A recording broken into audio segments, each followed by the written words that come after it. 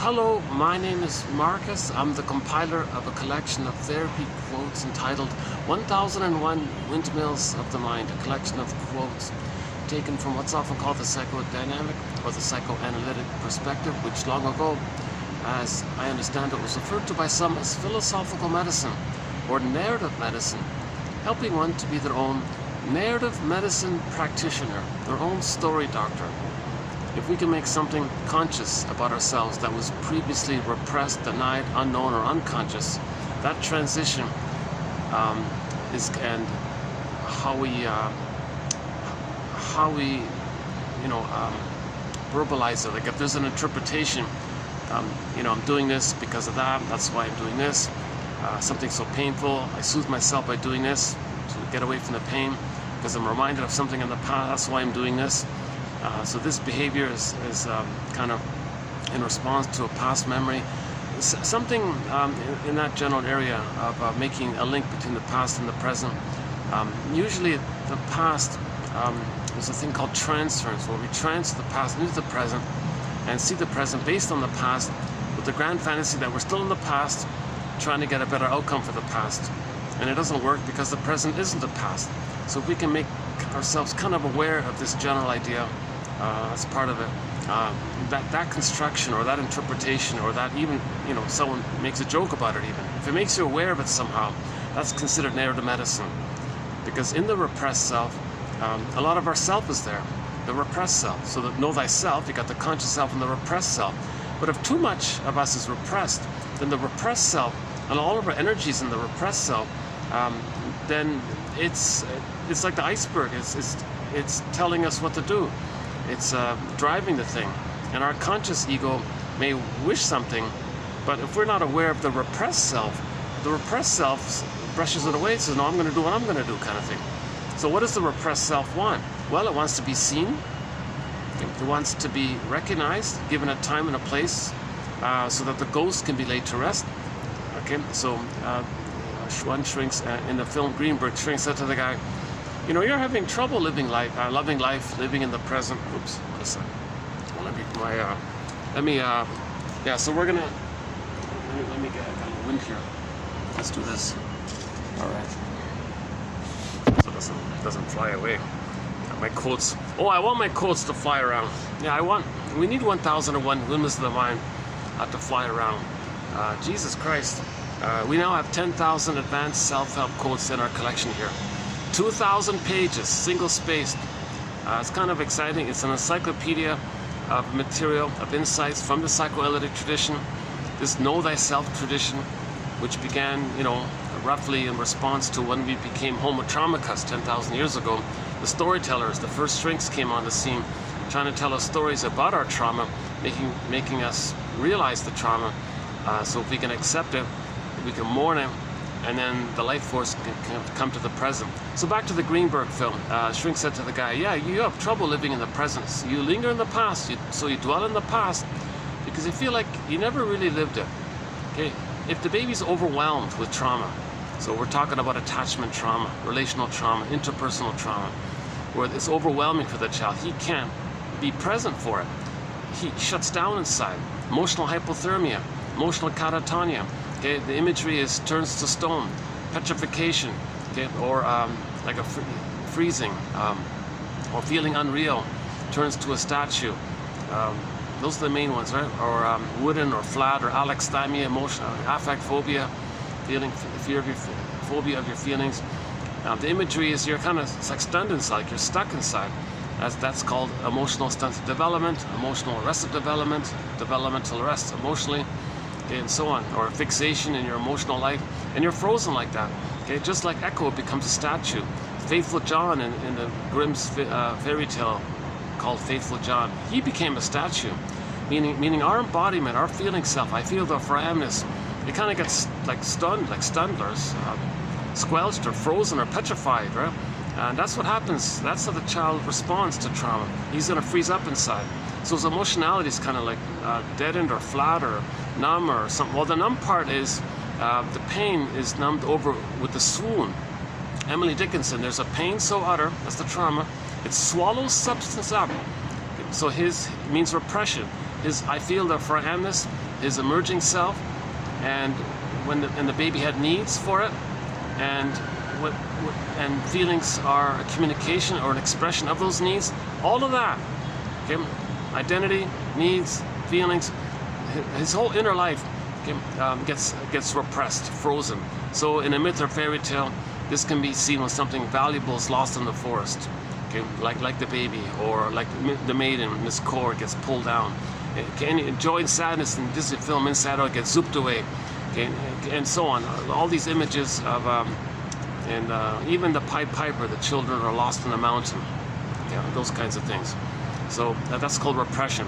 Okay, back to Emily Dickinson. There's a pain so utter. Okay, so that's the trauma. It swallows substance up, meaning a sense of self, his emerging self, his potential self, and the golden ball, which expresses the feeling. So his golden ball gets repressed. Okay, goes down a well in the Frog Prince, or locked in a cage in the forest, Iron John story. And then the person goes in a swoon, says Emily Dickinson. That's the endorphins, the mercy numbing thing that numbs you over from the pain. But shall I compare thee to an onion? Underneath the numbing is the pain. Somebody says, what are you talking about? I feel nothing.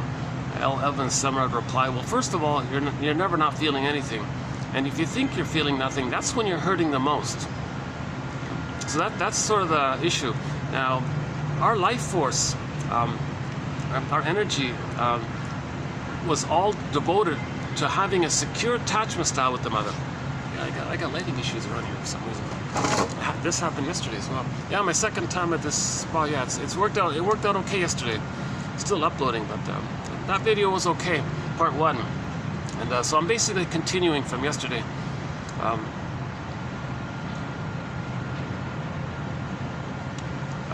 Okay, let's pause for a sec. So this emotional freezing, petrification.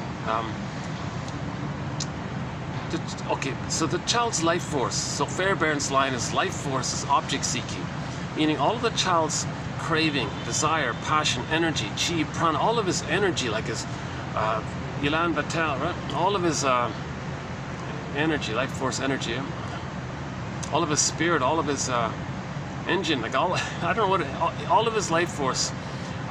The libido term is confusing, so like life force libido, not the way other people say it, but all of his life force, right? His energy, personal force, or craving, constant craving, like yearning, all of his energy, like what is he looking for? What is he looking for? All of his motivation, put it that way. So Fairbairn's line is life force is object seeking. So the first object for the baby is the breast mother, right? The first mother is the breast mother. So all of his life force is to find the breast mother. Now, that energy, looking for the breast mother, okay, simple, basic, classical conditioning, he's terrified of it. Look what happened. The first time he tried to latch on to his mother to get a secure attachment style, he got rebuffed or rejected. Mother was misattuned, malatune. Baby was crying and crying.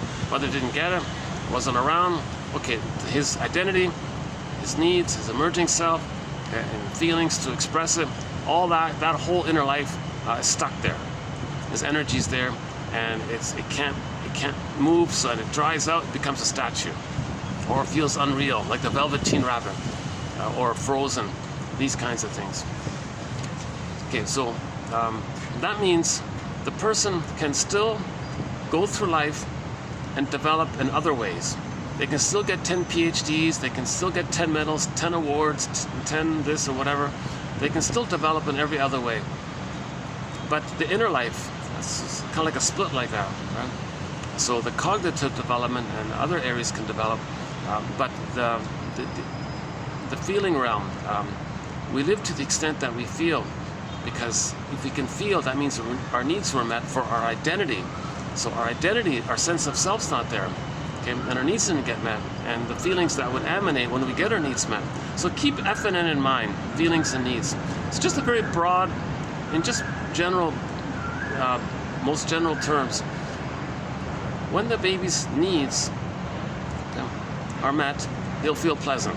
Or just in general, when anybody's needs are met, they feel pleasant. When needs are unmet, there's distress and pain and all and so on, crying and anger, fear, helplessness, hopelessness, anxiety. abandonment, depression, the theories depend, right? So F and N are linked. The child has an emerging self. It's his potential to be himself, to become who he's meant to be. In ancient times, that's what they meant by destiny. When the child's born, his destiny was to have his psychological birth and be embodied and have his golden ball, know his interests, which he would express, and that'd be his destiny to express his uniqueness and all that. So that's the original meaning of destiny, right?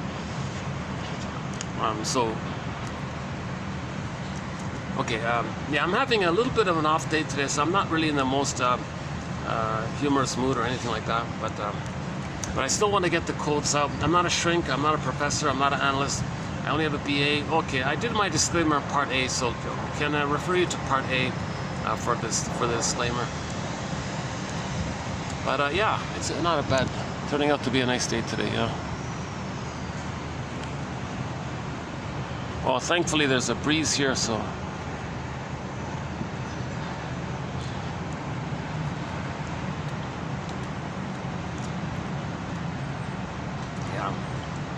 so it finally, with the heat index, it's finally dipped under the 40. Can you believe it? It's still in the high 30s with the heat index, but luckily there's a breeze today, yeah.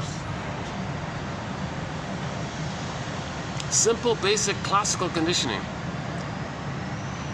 For his emerging self, for his destiny to be who he's meant to be, he had those needs for a secure attachment style. Now originally, when he noticed that he had these needs for his identity development, mother was misattuned, malattuned, not around, baby was crying. So there's the needs and the feelings, the F and the N. Again, keep that in mind, the F and the N. Okay, so when we say I feel, therefore I am, it goes back to this F and the N, because the N is for your identity, your emerging self, your sense of self, the developmental needs for your identity. So basically, yeah, we could say feelings and identity almost, right? But let's just stick with F and N. Yeah, so originally the baby expressed his need. Mother, I have a need for your reverie, for your attunement, for your presence, for your soothing, for a positive relationship with you. I'm out of the womb here. Where are you? I can't make it on my own. I don't just need food. I need your presence. Not only your presence. So children need your presence, not just your presence, not your presence. And I need your maternal presence. I need your soothing, your reverie. I need memories of you relating to me, because how you relate to me, you're my world. Press the Barry White song. You're my first, you're my last, you're my everything. If there's trauma, it's going to be like that, transferred on to others. So if the mother, so if the mother's not around, misattuned, using the baby, maybe didn't want the baby, or maybe thinks she's got so much frustration with her husband, so she takes her anger onto transfers it to the child and hates the child. Child's crying. See, I told you, the child hates me. So if the mother is using or projecting her issues onto the baby, his needs aren't getting met. He'll be crying and crying, and then what does the mother do? Maybe she gaslights the baby. She doesn't recognize that the baby's cry is a signal or a sign or a communication that his needs aren't being met. That's a double insult. It's bad enough that the mother was misattuned, didn't get the baby's needs, but the baby was like crying about it. And then the mother shames the baby for crying. Yeah. Oh, God, okay. I feel a little. I almost want to, say a swear word at this point. Like I feel a little moment of anger at this idea. So I'm sure the baby is angry when he's crying, and finally he'll cry and cry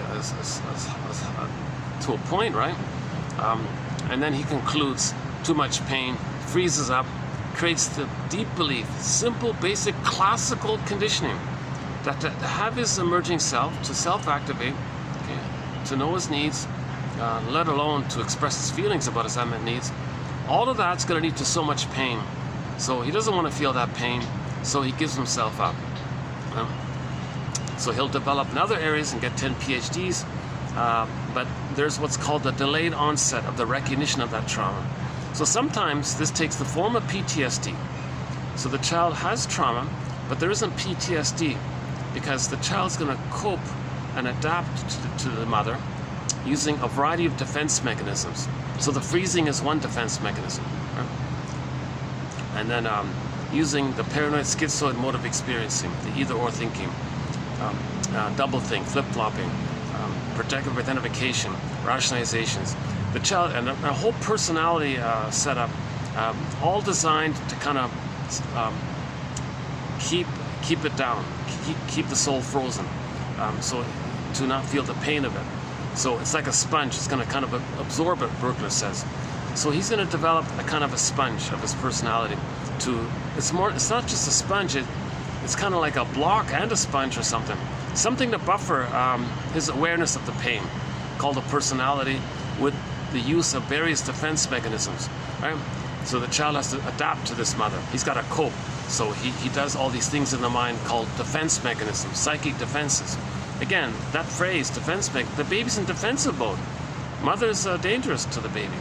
Plus, he's got to protect himself from his own amygdala, from his own limbic system. It's going to flood him with stress hormones. He's got to protect himself.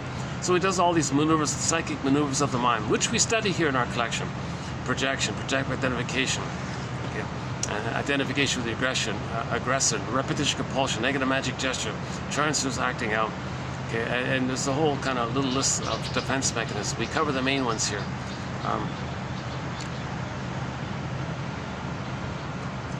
Neurotic mother love trains children for a neurotic life. So yeah, the child will be neurotic, because neurosis is just using that personality that he creates to keep the feelings down by what the mother did. So he's still dwelling in the past. So those defense mechanisms and those personality patterns are in response and reaction to the mother. So they're still tied to the mother. He's got a mother complex in effect. Right? Anyways, his sponge, let's use Berkler's. His sponge will absorb the psychic pain and kind of hold it, kind of thing. But roughly, it seems to be because people get older, they realize they're getting older. The sponge kind of dries out or wears out or thins out or something, and then things are coming up, like little like so-called slips, like things are slipping out, like. Robert Bly said, yeah, like the little burp, like the frog burped or something, like a little jump, like, whoa, what was that? Where was that? Something's coming up, right? Maybe you said like a snide remark to somebody, like a little shard. He threw like a little sharp remark. Where'd that come from? Whoa, because you're angry. Of course, the baby's very angry with all this, but it's just buffered over with his persona, his mask, or whatever. The mask, back to the mask. So we can say the mask kind of hides it, right? But the mask wears thin, kind of thing. And then there's like little slips like that. So a person goes, hey, wait a minute, where did that come from? Why did I say this negative thing to that person? That was awkward. What? And it maybe jarred. The other person felt uncomfortable. Where'd that come from? They didn't deserve that harsh remark or something. Well, it's coming up. The pain you've been buried for 40 years, it's kind of slipping out, kind of thing. So-called like a little slip, so-called Freudian slip, they call it. And there may be more and more of this. So then you wanna talk to somebody. What's going on here, right? So that's one clue of it. Another clue of it is an exaggeration of that called PTSD, delayed onset. So the baby had trauma, but the PTSD that would come up by the trauma is buffered by the mask. Okay? Whereas like in a situational shock trauma, the PTSD might be right there. Irritable, exaggerated, startled reaction, hypervigilant, restlessness and anxious, or all the symptoms of PTSD. So at midlife, a person might notice, hey, I don't get this. Why do I suddenly have PTSD? They read the symptoms. I've got all these symptoms. What's going on? I didn't experience any shock trauma. There wasn't an earthquake or some kind of shocking car accident or some terrifying. I don't. What happened here? Why do I have PTSD? Okay, you had the trauma. It was just buffered over with your personality and the swoon, and then there's a delayed onset of it. So that's the one way that we recognize or make the inference that there's trauma. Inferring, we could make the inference that there's trauma. One way. Another way is maybe just a general vague malaise, a general vague unease where a person says, something's missing. I don't know what it is, but I feel like I'm missing something. I feel like I'm living the provisional life. I feel like I'm living the unlived life. I feel like I'm sleepwalking through life, going through the motions of life. I feel like life is passing me by. Life's not supposed to be a dress rehearsal. When does life begin? You have these kinds of ideas. Huh? I mean, so that's another kind of inference that there's developmental trauma coming up, right?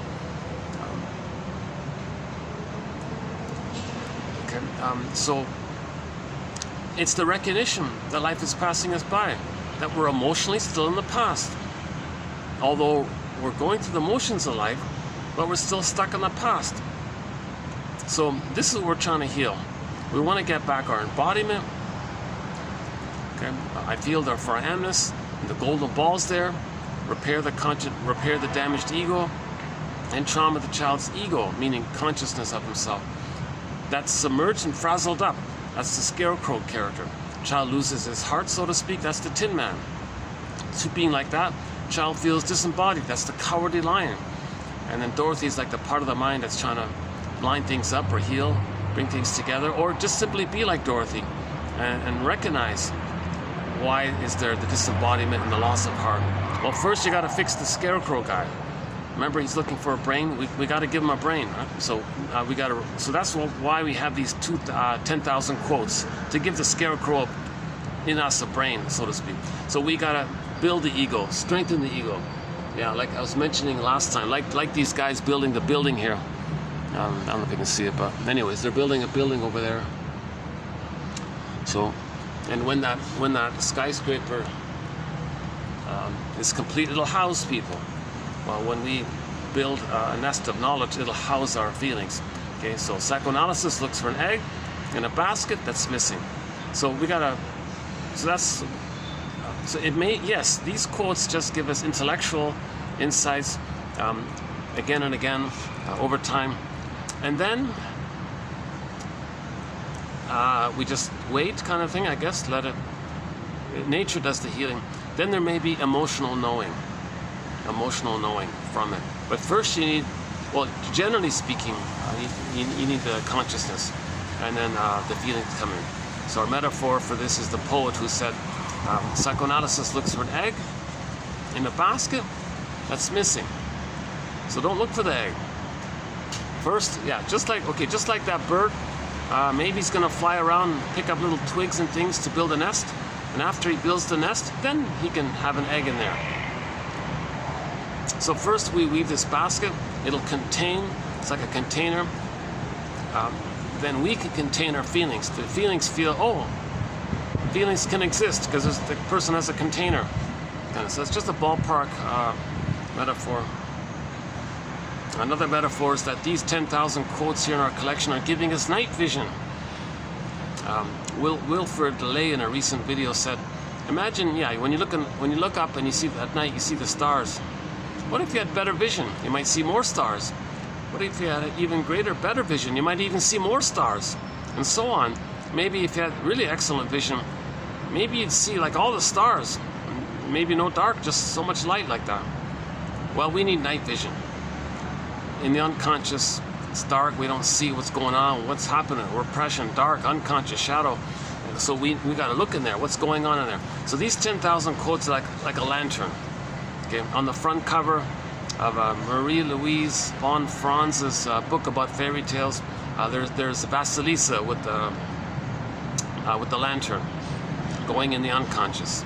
So we need these quotes like a lantern to see where we're going, to navigate a bit, to recognize things and identify things. You know, like goddess and demon. What's that? Well, when the baby's nursing, he's in heaven. The breast mother's a paradise. So there's your goddess, maybe, or a good maternal experience. But when the mother's doing it wrong, he's enraged, projects his rage and oral greed onto the image of the mother, makes her a monster, and now he's in hell. So in the lantern, if we have attitudes of idealization and devaluation, splitting mechanism, and the baby can't admit that the bad breast mother is his mother, hence the splitting, and only accepts the compensation of hallucination of a goddess, and there's the idealized, so good fairy, bad witch thing, that's a sign of trauma. In the child's memory system, there's supposed to be one human, not a goddess or a demon. It's not split like that. But myths and fairy tales describe this split. Again, myths and fairy tales are metaphors for inner dynamics, psychological dynamics. Myths and fairy tales are true on the inside, not on the outside. There's some fairy tales are like dreams. We interpret them like dreams. They come from the primary process mentation. Okay? And every character in the myth and fairy tale is a personification of some psychological element. So you take some psychological element and just turn it into a character kind of thing, to represent him, to express it so we can know it kind of thing. So like a whole fairy tale is like one long dream.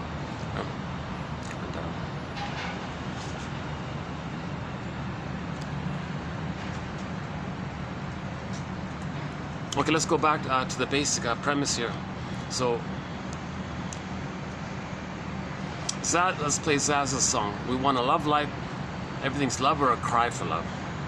So in the song, she's talking about how it's natural to want a love life. But there was this lady who felt that life was passing her by. Okay? She was on the subway platform and the trains were passing by. She saw the lights, but she couldn't get on the train. She was kind of stunned like that. And then she was pining for her first love from high school or something, waiting for him. She dabbled in other relationships but could never really love again. So she was still waiting for him. And decades later, the guy appeared, but he just walked by as well. And the woman goes, "Oh my God, life is passing me by. What is going on here?" Well, the issue is, in trauma, she couldn't mourn the loss of that fellow. She couldn't admit it. She couldn't accept it. One of the symptoms of attachment trauma, if it takes place in particular before 18 months, is that the person doesn't have the ability to mourn losses. Okay, remember FNN? FNN. In attachment trauma, you need a self. A self. I feel, therefore I am. But in attachment trauma, the self doesn't develop. It's still fused in with the mother. Hold on a sec. Let's fix the lighting here. Oh, that's better now, right? So the psychic structure needed. Is that better? Oh, okay, here we go. The psychic structure needed to mourn loss is what's called differentiation, a sense of self that hatched out of the original fusion of the two being one. Okay. Baby concept, mother concept. Baby is undifferentiated. It's all merged up.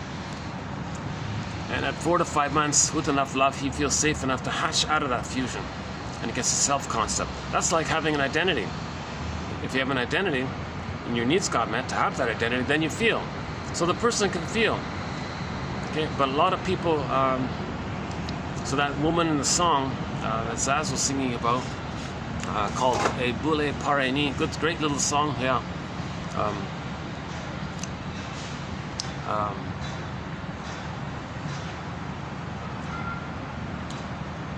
Yeah, so the idea was without a sense of self, you don't have the I feel, therefore I am. If you don't have an am, you gotta have the am to have the feel.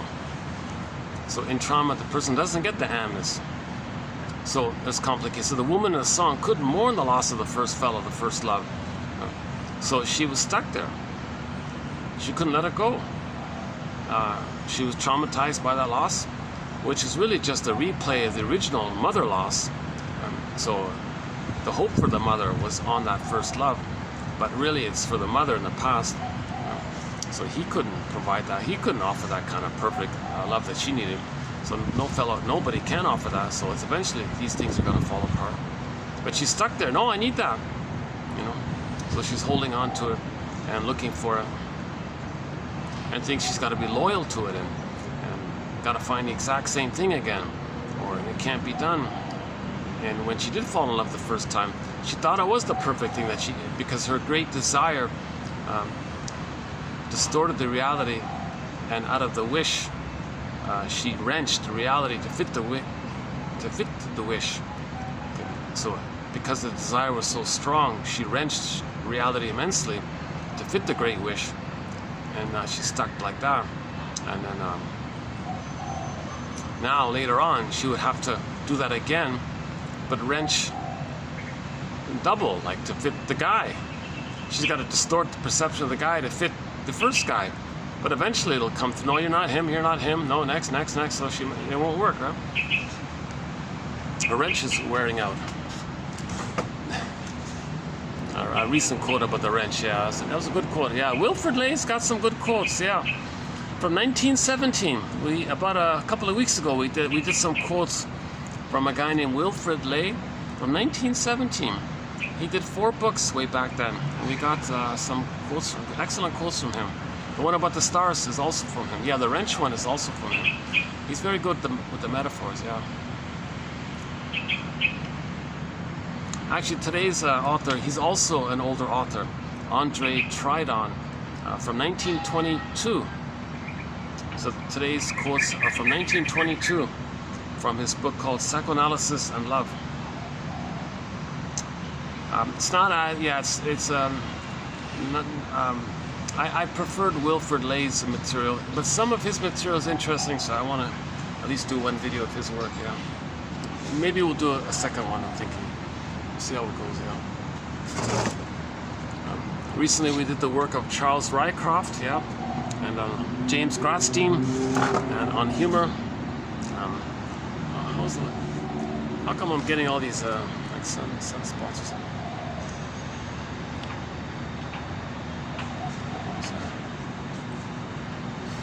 What if I move this up here?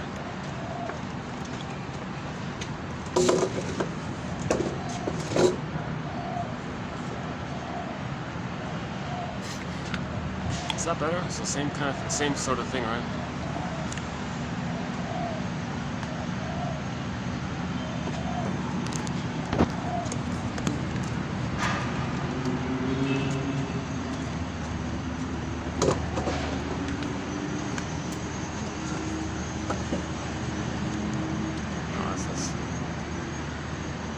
Well, I guess I'll just stay where I was, huh? All right.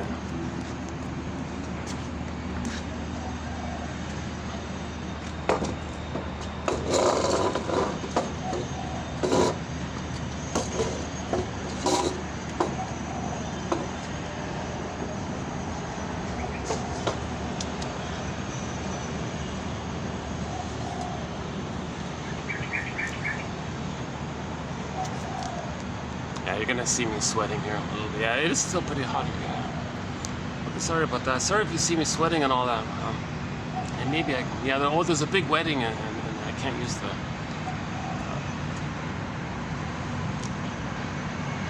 other area there.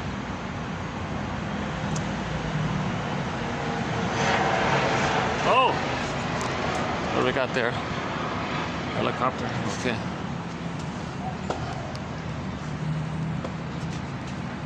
Wow, that was a very low flying helicopter. He just barely above the building. Maybe like an ambulance or something. Or maybe it's a businessman. Oh, I've got to sign that deal quick before he changes his mind. Okay, so back to Zaz's song. Yeah, Ebule Parini. So that lady has complicated grief. She can't grieve. It's called complicated grief. Okay. It leads to pathological nostalgia. So she had pathological nostalgia, always yearning for that fellow for the first, not knowing him, but that's what she was doing, right? Sometimes called melancholia. The derailment of the grief process.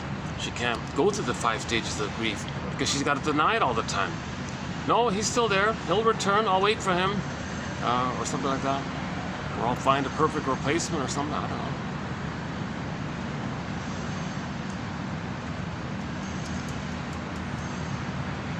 know. So if we're not in our body, if we don't have our identity, I feel that for Amnes, we don't have the consciousness to express our true self, and then to love life and enjoy life and have the golden ball. And when we have the golden ball and the differentiation, that means we can mourn losses. So normally joy runs the console, but because there's an identity, joy can step aside and let sadness run the console, so the person can admit the loss and go through the grief work process. And then when that's done, sadness can step aside and let joy run back in the console. Now with the psychological birth of I'm okay, you're okay, the person has the capacities of the real self. as described by one of our mentors, James F. Masterson, in his book called The Search for the Real Self, and his earlier one called The Real Self. And he lists all the capacities there, knowing your interests, being able to make I statements, and hence intimacy. Okay, you're enjoying the present. You're not distorting the, or you're not wrenching the, you're not distorting the present to replay the past, thinking you're still in the past, trying to change the past. You're enjoying the present, and so on. And you don't have exaggerated fears that your partner is going to be the demanding mother or the abandoning mother, and you're reacting like that. And you're trying to coax it like that. Okay, and you're not trying to change your partner to be the good mother that should have existed back then. So you're not doing these dysfunctional neurotic things like that, right? Neurotic mother love trains children for a neurotic life. The first one here, 1922. So, neurotic mother love is going to lead to a neurotic script, a traumatic script. This traumatic script. Okay. Berger's another one of our mentors, Edmund Berger. His metaphor is the record. Okay, you know what? I did the record metaphor in part A, so can I refer you to an excellent metaphor on repetition compulsion via Berger's simile of the record in part A. So let's just leave it there for part A.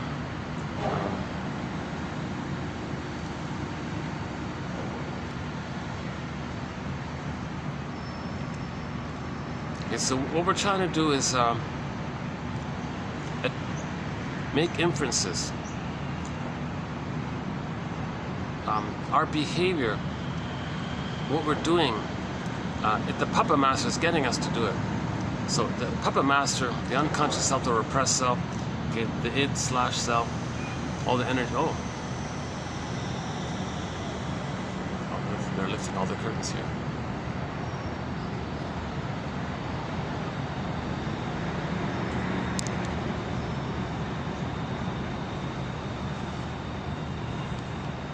Oh yeah.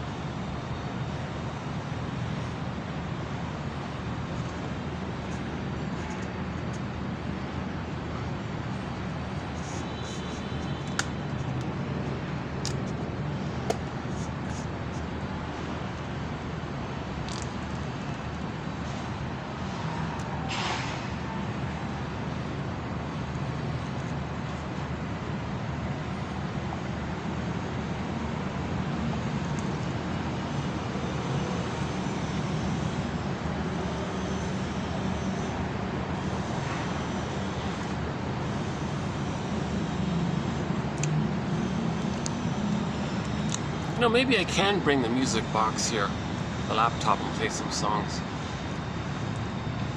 Because sometimes I like to. It really enhances the presentation if I can include a song that provides a musical accompaniment to a psychological point. So we've got an amazing soundtrack in our collection. Yeah.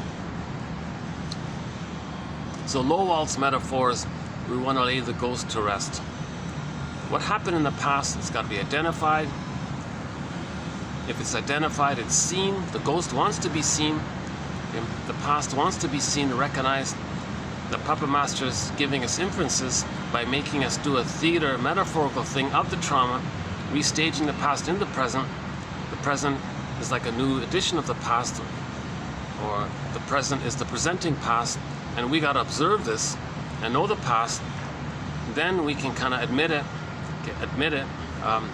Then admitting it, we get an identity. Sadness appears at the console. Then the past, or some past aspects, can be captured and given a time and a place. No longer a ghost. The ghost is laid to rest, and then the energy is freed up for the present. Lowell says, and the memory is like a wise elder now, like it's something that serves you. Okay, the Furies become the Eunemines. The Eunemines serve the person.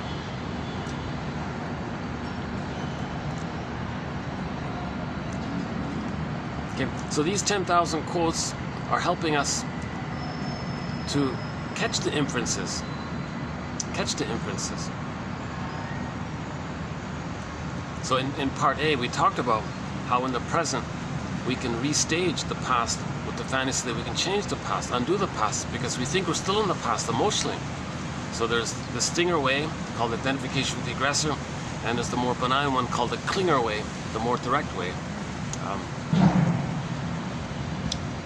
That's a strange, I got strange lighting here today. I gotta stay in the shade.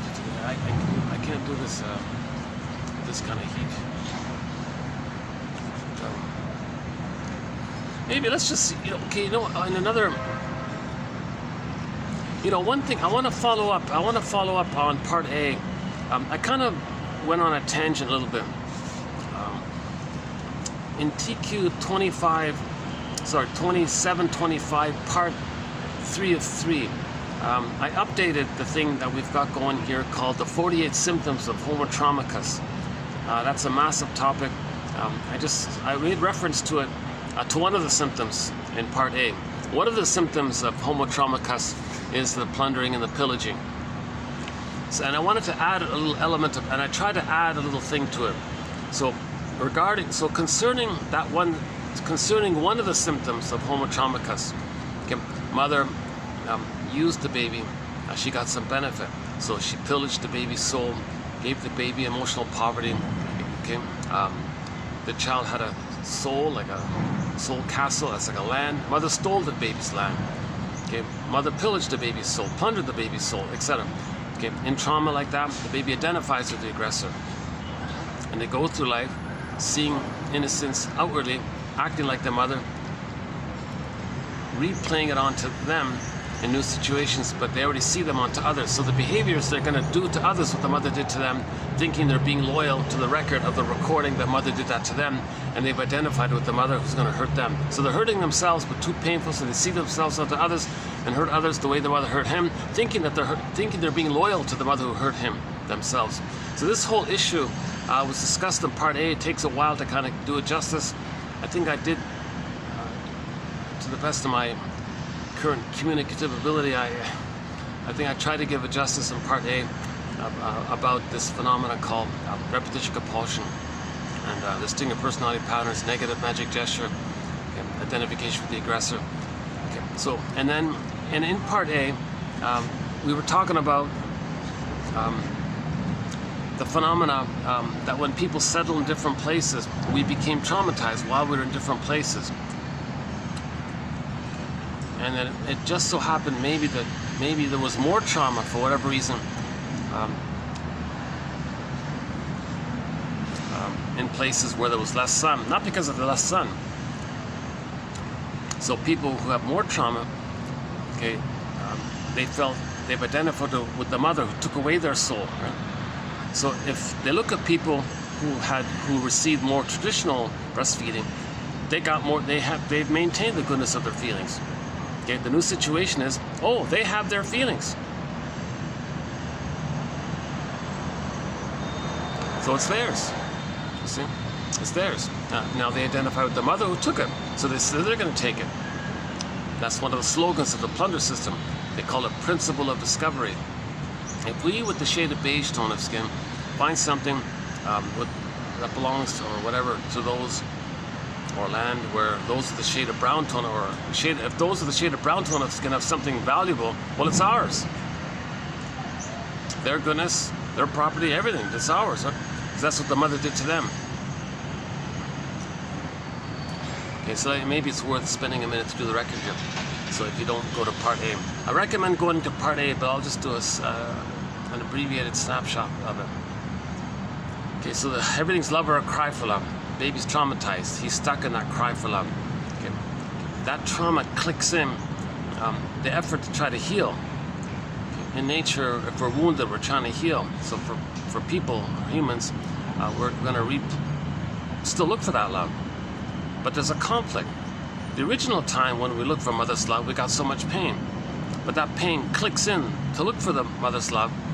But the memory says, no, there's too much pain. Hence the conflict called the wish and the fear. Yeah. So this inner conflict is repressed. It's a cry for love. It's repressed. It's a conflict. It makes a person neurotic. because they're not going to love life in the present. They're going to see the present still in that cry for love in the past. And they're going to do a theater thing in the present to replay that cry for love and recreate the disappointment. So, Berger's metaphor, sorry about the, geez, I can't, how do I get the lighting here without without all the sun. Yeah, yesterday was okay. The lighting was okay yesterday. Well, so, yeah, I heard getting light. How about this?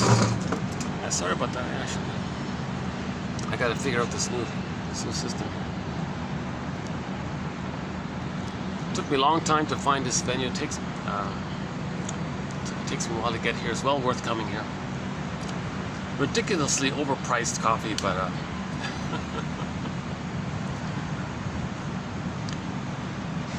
luckily I compensate by getting the venue here. Yeah.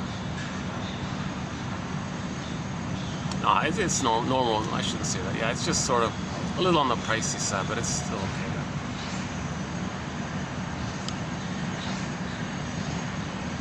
Yeah, roughly double the average place, I guess. Okay.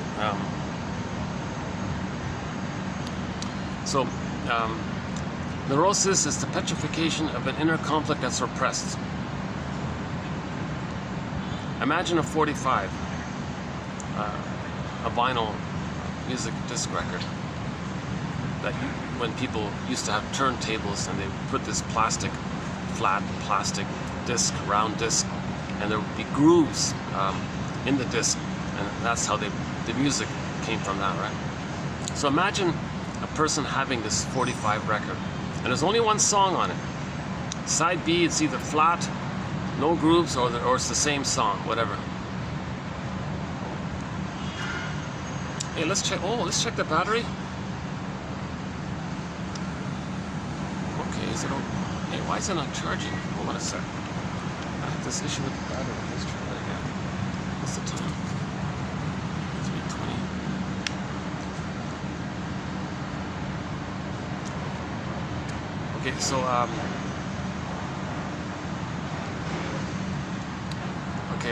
the record. Every neurotic is a music enthusiast, but he's only got one record. He carries this record with him everywhere he goes. Every time he sees a turntable, a record player, a Victrola player, a phonograph player, with never-ending fiery ardor, he spins off his tune. He recreates and relives that somatic, traumatic scene with the mother in the present, and so the present is considered emotionally the past. But in order to replay it, you got to cast people into roles. So in the stinger personality patterns, those who are traumatized before 18 months, whereby they see themselves outwardly and identify with the aggressor, in the new situation, the record says mother shamed them. But in new situations, those are the narcissistic pattern, the bully pattern, the Iago pattern, and all the other more troublesome chromatic, all those other troublesome patterns. They see their lost innocence themselves, basically. Their wounded soul, their defective soul, their unloved soul. They say others are no good. They're feeling that their false belief that they're no good, they'll say others are no good. So they'll see themselves onto others. The record again, in trauma before 18 months, the baby identifies with the aggressor to have some kind of connection to the mother. So the baby doesn't have a mother, right? Like a positive mother. So the next best thing is to find some way to find a positive mother. So to do so, he thinks, due to magical thinking, he's going to save his mother, cure his mother, heal his mother. So when he was, originally when the baby was traumatized, the baby, as if the baby said, "Mother, what do you need? You're not giving me your love. What do you need? What's wrong, mother? Where's your love? I'm sorry, baby. I'm wounded. I can't give it to you. Oh, don't worry, mother. I'll save you." So what do you need, mother? Mother might say, "Well, when I was a baby, I didn't get the maternal response. I'll do that for you. We're one already, so we'll maintain the oneness, and I'll just imitate you, because you wanted your mother to know what you're feeling. Well, if I imitate you, then you can think in your dream that your mother is with you. So I'll mirror you and soothe you, and not soothe, I'll mirror you, thinking that you have a mother. The baby's well intended, but he's totally deluded. Okay. Babies have a delusion in the uterus that they're little gods, they can create everything. So the baby's deluded that way, right? Plus, he's got to have a good mother, so he's got to save her. So the only way to have a mother is to imitate her. While he's imitating her, he thinks that's the ongoing effort to try to save her. So he's imitating. So he gives himself up. He'll project his unloved self onto others, and then acts like the shaming mother. Okay, back to the record. New situation. The record says mother shamed them. They play the shaming mother. They see themselves onto others. To be loyal to the record, to replay the record, to replay that original scene in the nursery. Mother, I have needs. Mother shamed him. So he's the shamed self, mother's the shamer. New situation. He'll play the shamer, shaming himself. Again, fusion. Self and mother are blurred, it's fused. So new situation, he'll play the shamer who shames himself. But that's way too much pain for for the baby to feel. So what the baby did was he sees or assigns or believes or tricks himself to think that himself is into others. So seeing himself into others, into non-threatening substitute others, the behavior is he thinks he's shaming himself when he's shaming others. So because he's replaying the script of mother shaming him, and he's playing the shaming mother who shames himself, but he can't feel it, so he sees himself onto others. So the behavior is he's like a stinger. He's shaming others to replay the mother shamed him. Him doing this, he believes he's being loyal to the script. So the original scene was the baby was crying. Mother said no. New situation. He'll be the no one and get others to cry, thinking he's loyal to the script of him crying. Now, hocus pocus, double focus, auto-hypnosis, when he feels the pain of reliving what the mother did to him, the one he just shamed, he'll say is the mother who hurt him in the past, because he doesn't understand time. In the brain, the baby doesn't know time. It's infinite, timeless, timelessness. The gods live forever in the mythology, the dreams, the trance logic. It's mad in there. Alice in Wonderland, the cat said it's mad in there. Okay, there's no logic there. Don't use the word logic. Some people say unconscious logic. Forget the word logic. It's just this mad flip-flop thing in there. It's like the dream world. No time, displacement. No, you don't even recognize. You don't even respect the places of anything. Like one place can be this here, and that there could be here could be there, and there could be here. This time is now, and that time was now. There's no. It's all different, right? So. Okay, yeah, there's a lot of material here, yeah, so that's why part A, I was trying to build up to it. It's funny, I feel like I always have this issue of when I've explained something and I gotta do like a part 2, can I just continue, or do I gotta like backtrack and try to recapture it? I always have this like little dilemma there, like that.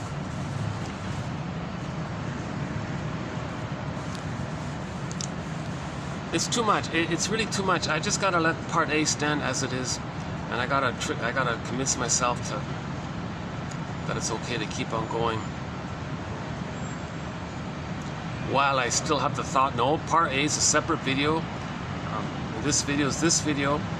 Why can't I think of them as just one continuous video? Why do I gotta think they're separate? No, it's really just one long video. I just had to do it in parts.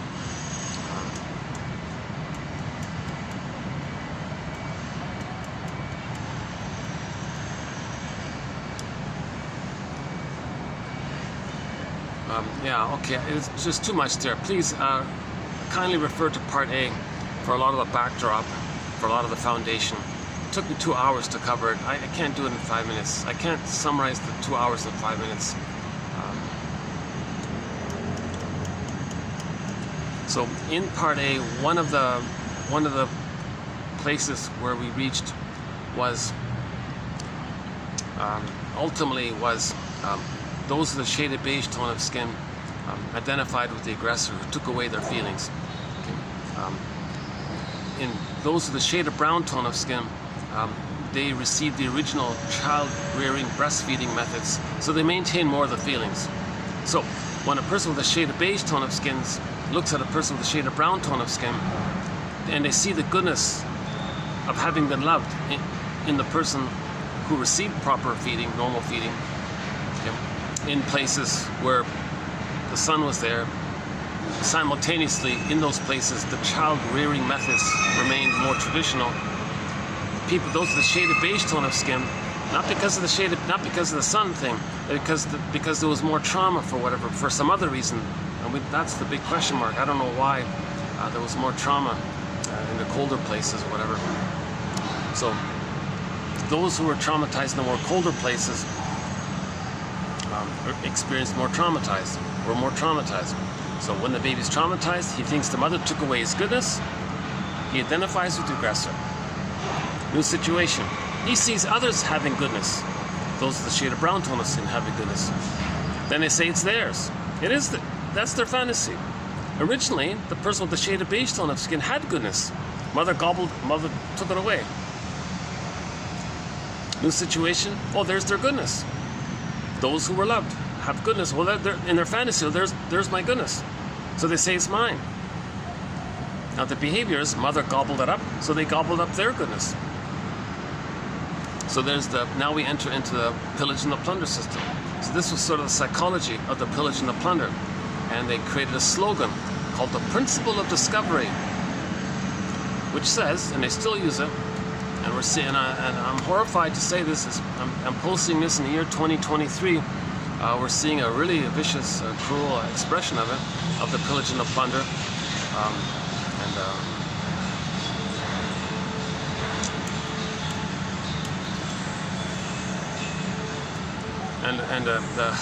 The caption is the rationalization. The cover is, well, if those are the shade of beige tone of skin see goodness, well, that's their goodness, because originally they had goodness, but mother took it. Now they're going to be the taking mother, and it's called envy, right? The baby believed that the mother took away his goodness. Identification with the aggressor. To be loyal to the mother, to imitate her and act like her, that's his way to have a mother, to act like her.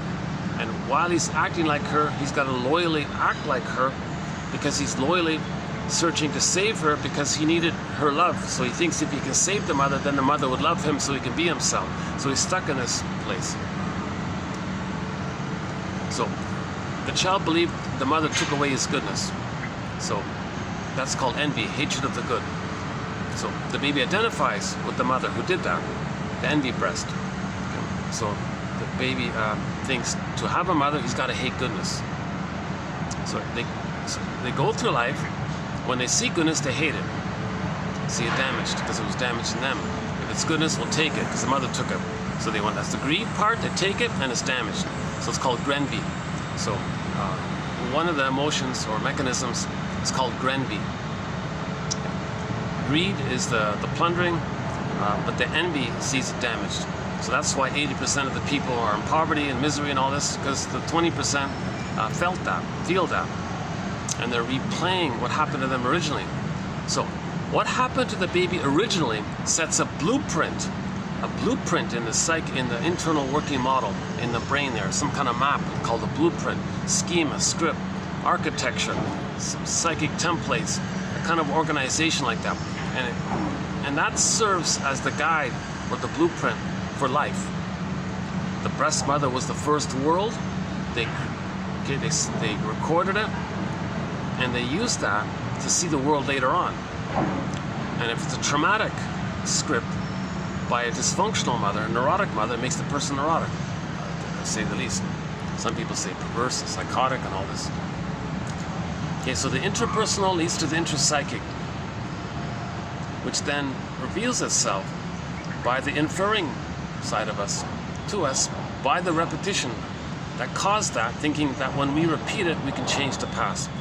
Really? Do you think giving people poverty and plundering is somehow going to change what had happened in the nursery with the mother?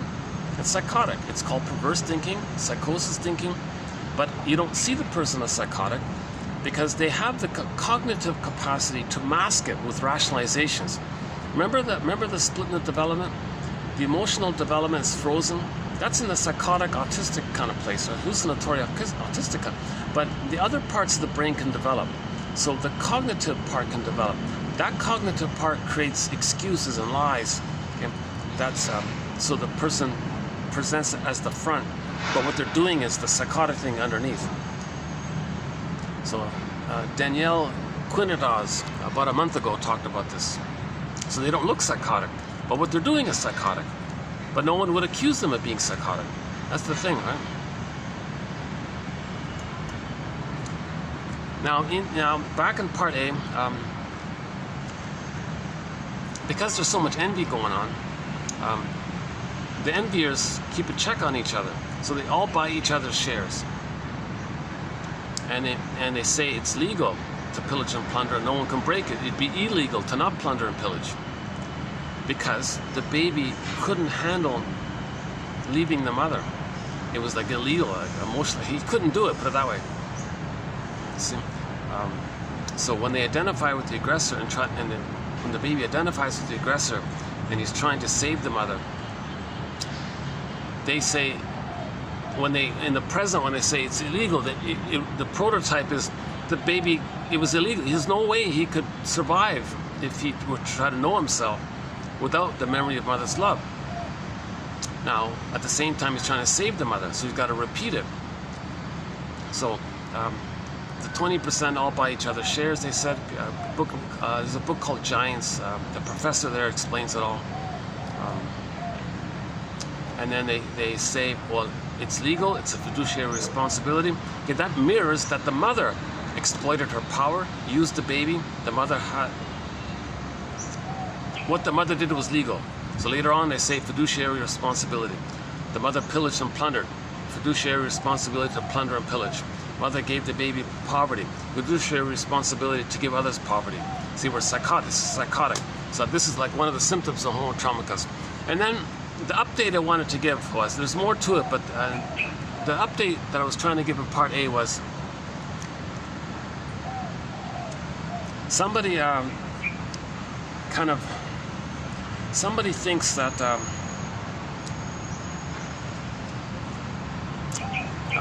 that this is very one famous short seller calls it dung of the devil, right? So you worship so the baby thinks the mother's like a devil, in other words. So now the baby's got to be loyal to the mother. Okay. Later on, some people worship this character, right? So that's what I was trying to clarify and offer some theory around this so-called cult worship of the guy with the horns and all this. Okay, let's back up here. So what I was trying to do was include 3 points. Murray Bowen's theory called the emotional triangle. Okay. Morton, what's his name again? Hans-Jürgen Wirth from Germany, about the scapegoat hunger.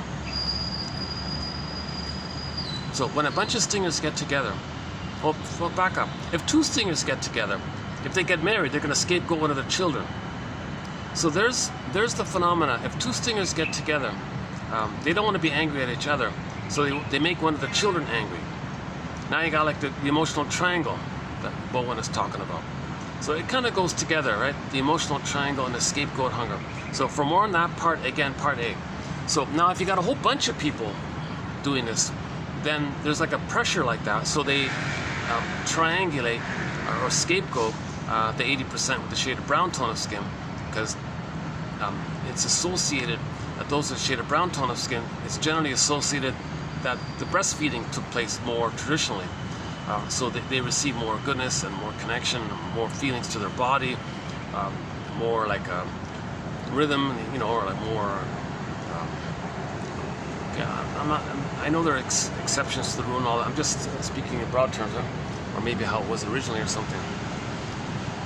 So then the idea of a symbol to contain the phenomena of a billion people scapegoating. If two people scapegoat the children, and then you got close to 1 billion people scapegoating the other billions or something.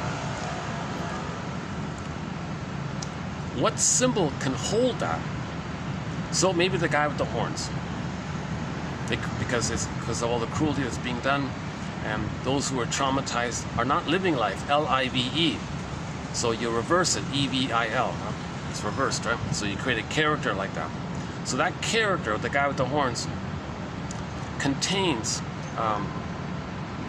the psychology of the scapegoating, right? And the pillaging, the plundering, because that's what the mother did to them. Make illegal. Okay. Others are given poverty because the mother gave you poverty. Mother took away your spirit, so you take away their spirits taken. Mother made you feel guilty, you make others feel guilty. In German, guilt and debt are the same, so others are in debt to represent your guilt. So you're okay. So we, as above, so below, inside out. We're talking about it. Now, so maybe there was this idea that there's got to be a symbol to contain this, and that symbol contains your psychology. Now, if a symbol is going to contain your psychology, then it's holding you the way the mother holds the baby. The mother holds the baby. So now we're loyal. The baby's loyal to the mother.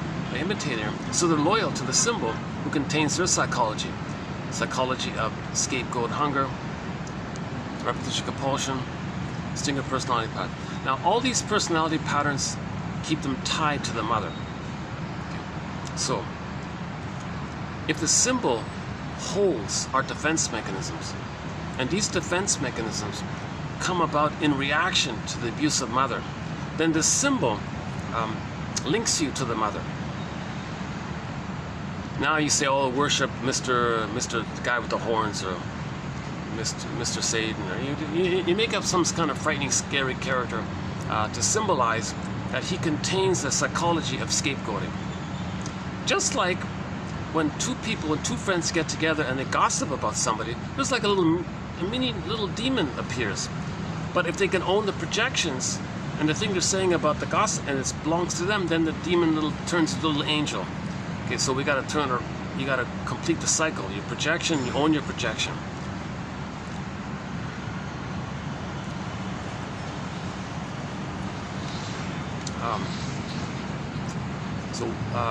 What I wanted to update was this point that emotional triangle, Murray Bowen, scapegoat hunger, a symbol to contain that psychology. But that psychology is in reaction to the mother. So the symbol refers to the reaction to the mother. So the symbol links you to the mother. Now, the baby is loyal to the mother. He can't not be loyal to the mother. Like, that's why it's fiduciary responsibility. He cannot not be loyal, right? No baby can make it on their own. No baby can survive without a mother. So he's got to have it. He's got to make it legal. He's got to. What the mother did was legal, and he's got this compulsion to save her. So it's all based. This is what's called attachment trauma. This is all. Shall I compare thee to an onion? All this convoluted, mixed up things I'm saying right now. If you layer it all down, it all traces down to the false belief that the baby thinks it's his job to save the mother. He's trying to save the mother. Because if he has a loving mother, he can get the love that he needed so he can be himself. So that's the point. That's the added point I wanted to make. So I talked about the symbol contains the psychology. So if something contains your psychology, then you feel contained and held. So something's holding you. But that symbol is containing your psychology. But that psychology was in reaction to the mother. So that's your connection to the mother. And the symbol connects you to the mother, right? So if A equals B and B equals C, then A equals C, that kind of thing, right?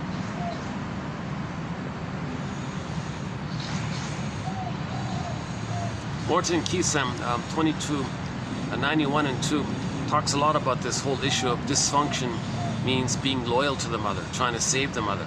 So for more information, go to 2291 and 2, Morton Keesem, or better yet, read chapters 8 and 9 of his book called Affect, Object, and Character Structure.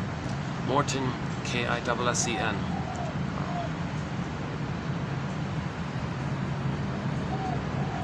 If a person is going to be disloyal to the mother. They're going to feel the furies.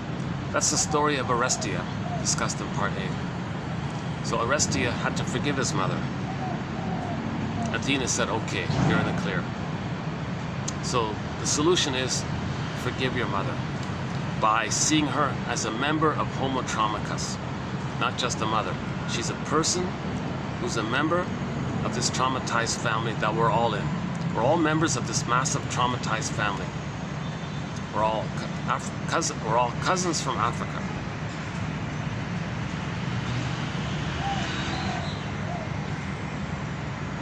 If by chance I didn't distract you away from it, please, yeah, part A, I think I did a better job in part A. And I was thinking coming here, you know, I missed something in part A, but if I add it here, I gotta kind of redo the whole thing or something.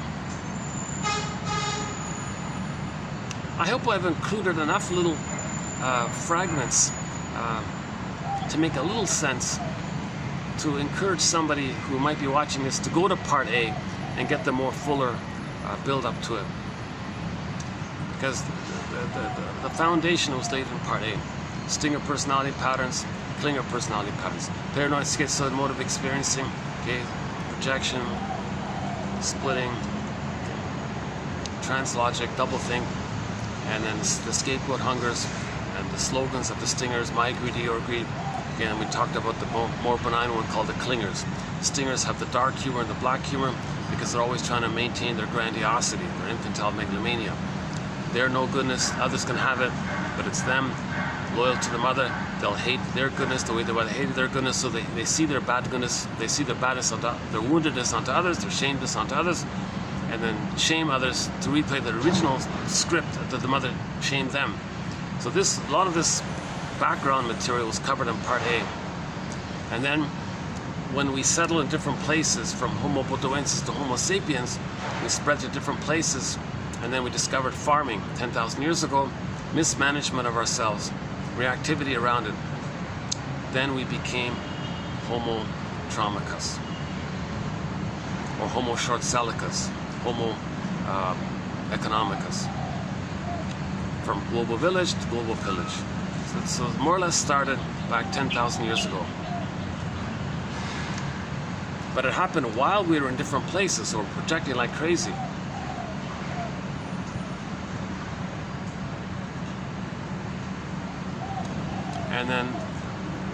And then maybe the added element was the babies were traumatized deliberately, unconsciously or deliberately, to make them traumatized, to make them like the soldiers or whatever, to make them like the more belligerent ones, to do the work.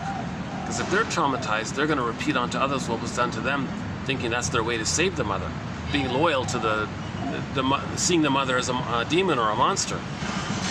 Then later they say they worship that, you know. So that's the idea there. And then that's really the shift.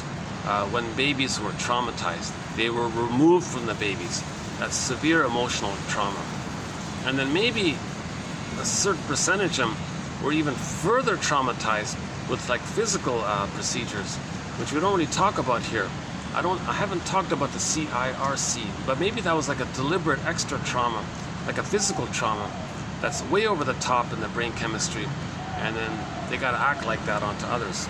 So I don't know about that, but the idea was a certain percentage, or most babies or all babies, I don't know, were removed from the mother. That traumatized them. They see the mother as hurting them. They become the herder. New situation, others are innocent. Well, give them emotional poverty because they were emotional poverty. If they're impoverished, that means they hand over the stuff. That's the greed to take because it's yours, principle of discovery. And then the whole bunch of them doing it feel immense scapegoat psychology of scapegoat hunger and the emotional triangle phenomena Murray Bowen talks about. Now let's create a symbol to capture that. Now that symbol holds your psychology. The psychology links you to the traumatized mother, so you're loyal to the symbol because of loyalty to the mother. And then yeah, okay. So that's.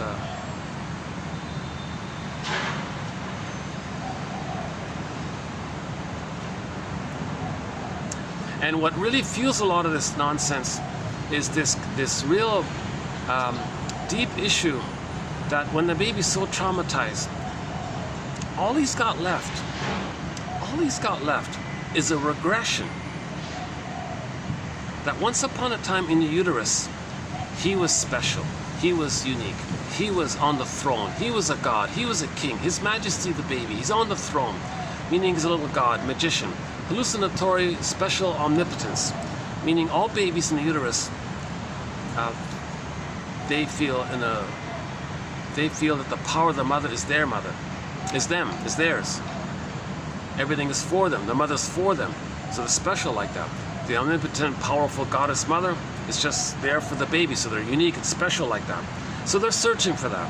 So there's an article by, what's his name, Wilson or something, I forgot, a long time ago, Wilson, it's called The Fantasy of Being a Special Exception or something. This is the regression of the trauma. Like when there's trauma, there's a regression of your self-concept that you're special and blissfully loved by the goddess mother. And the goddess mother's you is at the same time, and you're one like that. And then Karen Horney calls that the search for glory. Power, prestige, power, don't care about others. Because the baby isn't in a place of caring about others yet. If the baby's nursing and he's biting with his gums, maybe he's with his gums, he's biting the nipple. He doesn't understand that he's hurting the mother. He didn't reach the place of care and consideration or recognition that the mother's a person who might feel pain by your actions. They haven't reached that place yet. They don't understand that. They don't care about it. It's nonsense for them. They have no feeling at all. That the baby has no feeling that he's hurting his mother when he's biting the nipple with his gums, and he's just enraged and demanding that the mother provide the milk and the soothing that he needs. He's not getting it, so he's biting it. So he's in that kind of place. So if he's traumatized like that, later on you'll see their slogans, I don't care about others. And maybe it does regress to a degree in a certain percentage of cases to that psychopathic slogan, where something's only wrong if you get caught. Or another one was that obnoxious guy a couple of years ago. He said a newspaper guy said it disturbed. They even published it in the newspaper. He said that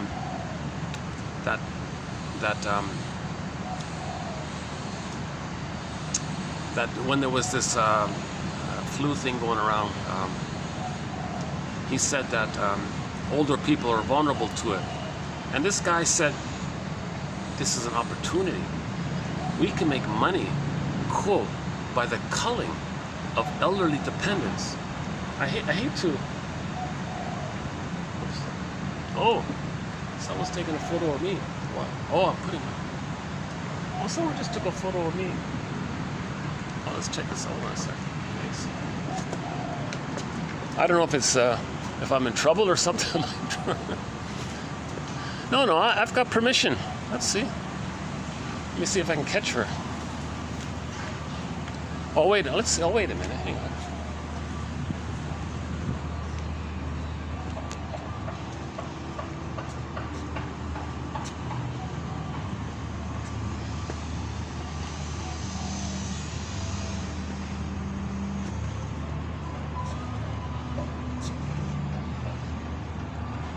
Well, I don't know. Maybe not.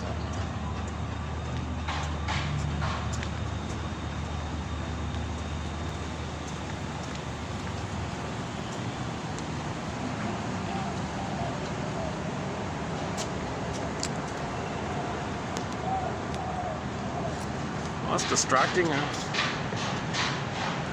Well, I have permission. I've got it worked out. So I'm not sure what that is.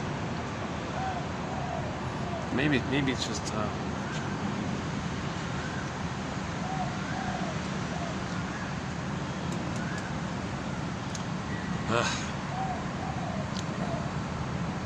am in a public place.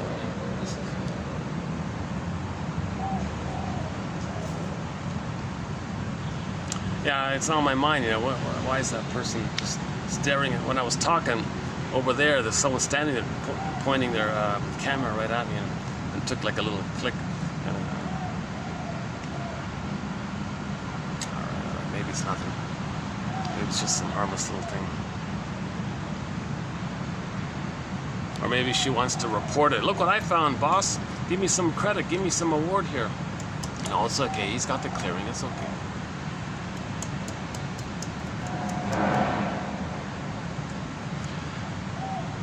where were we again? Can we back? Where was I before the interruption? It wasn't an emotional point. I remember it was something emotional. Oh yeah, this taking refuge in the grandiose part self, they call it, the glorified self, the idealized self, searching for the throne all the time. And one of the ideas that you're in that place, if you say, well, I'm a superiority complex and your shamed self, others can have it. So you have the inferiority complex, feeling shame, but you see it onto others. So you say, I'm okay, you're not okay. Anybody who says, I'm okay, you're not okay, okay, in any, whatever, to what degree, that's a sign of trauma. In normal development, it's I'm okay, you're okay. Remember, we're all family, we're all traumatized in this family, we're all members of Homo sapien traumacus, three-dimensional, everyone's crying for love, or most people are crying for love, or some people are expressing their love, others are crying for love. When some people are crying for love, they're imitating their mother, telling the world, look at what my mother did. The way I'm behaving, that's what my mother did to me. That's their cry and complaint of what the mother did to them when they imitate her onto others. Some people just coax others to reject them. See how I coaxed others to reject me? Well, that's what my mother did to me. So this is all in that cry for love area, right? So everything's love or a cry for love. Oh, I'm distracted by the window cleaners. He's got this like three-story pole to clean the hole. He's got this. Oh, that's a good workout, eh?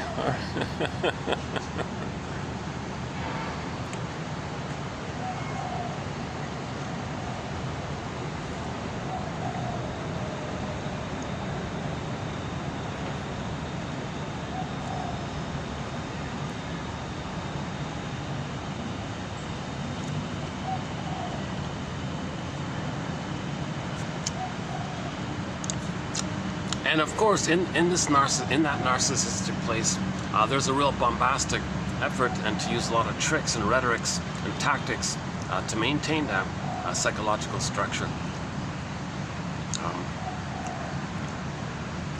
And the worship of the symbol that contains the psychology that keeps you attached to the traumatized mother, because you've become the traumatized mother. So we don't want babies to identify with the mother at the expense of themselves. So there's a self-help book entitled, Do I Have to Give Up Me, Mother, to Be Loved by You? That's the actual title of a self-help book. Do I have to give up me to be loved by you? It's an okay, just typical average self-help book. But the title was catchy. So the baby had to give himself up, freeze up, to have the connection to her. In order for the baby to feel some connection to the mother, he's got to freeze up and then imitate her and try to save her. Then he goes through life treating others the way his mother treated him. It never works. It's a skipped loop thing, right? The baby's in a state of timelessness. Timeless, no infinite, there's no time in there. So nothing in the present is that past time. And the fact is, in the past time, he was traumatized. You can't erase that. But the baby doesn't understand time. But the trauma clicks in, the repetition. The trauma clicks in. The event clicks in to repeat it. But so no matter what happens, it doesn't erase the original trauma. It's a what, right? So, but they're in that kind of broken record kind of thing. The only way out of it is consciousness. Consciousness. So I think psychoanalysis makes an immense contribution. A good place to start is the comic psychoanalysis. In 1955, a comic came out simply called Psychoanalysis. There were only 4 issues put out, but they managed to cram in 12 therapy sessions using 3 characters, teaching repetition compulsion, teaching the guy was the womanizer guy, the overeater guy, the self-defeating, self-sabotaging, the shy woman, and all that. And then you got the dream interpretation, jam-packed with material. Well worth the €15 to get the digital copy of it. The hardback is already sold out, but you can get the digitized copy from Dark Horse Publishing. Well worth it. Still, in my humble opinion, still the finest, best introduction to psychoanalysis.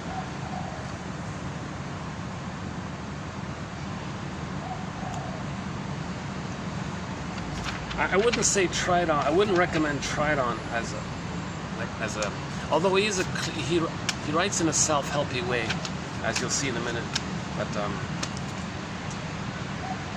he's not specific enough. He's a little too informal, or he's a little too general in his writing. But anyways, he's a little kind of opinionated at the same time, and he's kind of lazy with. Like he'll say always or instead of usually or commonly or something.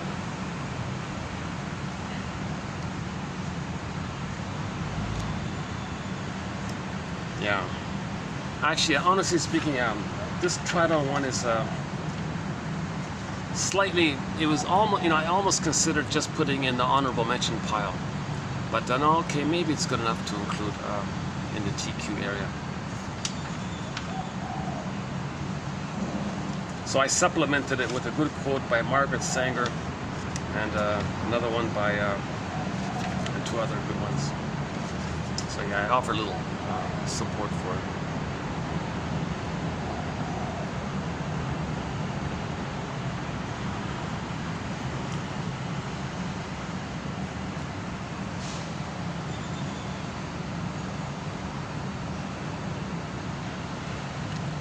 I'm just trying to figure out why she took a photo of me.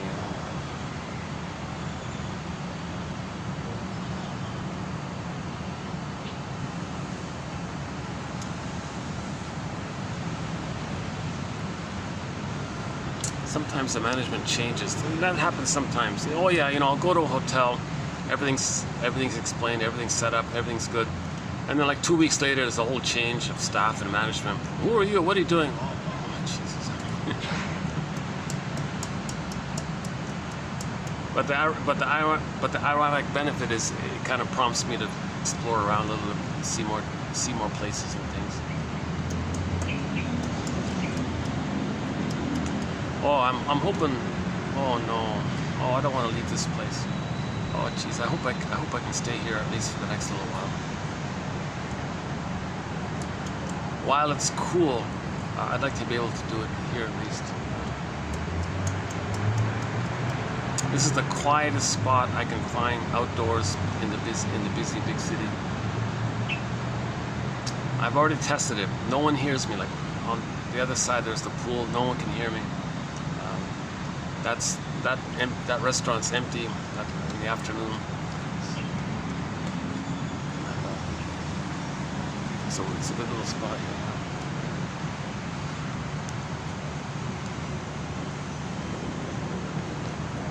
Actually, Burglar emphasizes this issue with his clients, that one of the first things he does is confronts people's rationalizations, their excuses that mask over their underlying egocentricity. Sometimes infantile megalomania is called egocentricity. Egocentricity. Okay, that's the entitlement, lack of empathy. Okay. The yardstick is the infantile yardstick of everything or nothing. Perfect or forget it. Either or.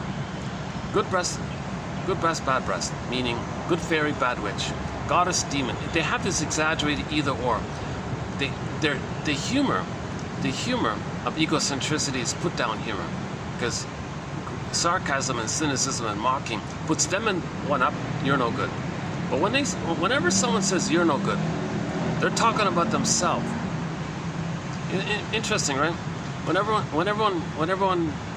When someone takes that insult put down dictionary and says you're this and you're that and you're such and such a this and the bitter banter and the bitter play on words or something. Whenever someone's using shaming humor, mocking humor, put down humor, schadenfreude humor, this gratifies the search for the throne. Cynicism gratifies infantile megalomania, says Edmund Burglar.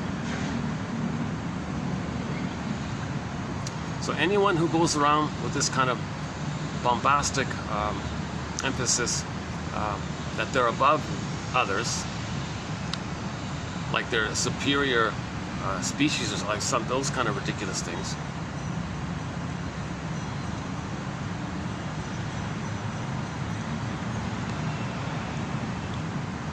That's a sign of trauma.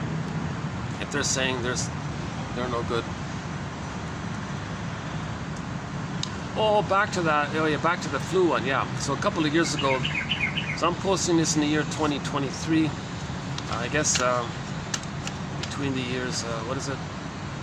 Roughly 2019 to 22, something like that. It was some kind of flu. And went shorts, and somebody said, yeah, this older people might be most vulnerable to this flu or something. And this guy actually said it. He said, oh giddy, a profit, a financial profit can be had in the investment, pillage and plunder by the culling of elderly dependents.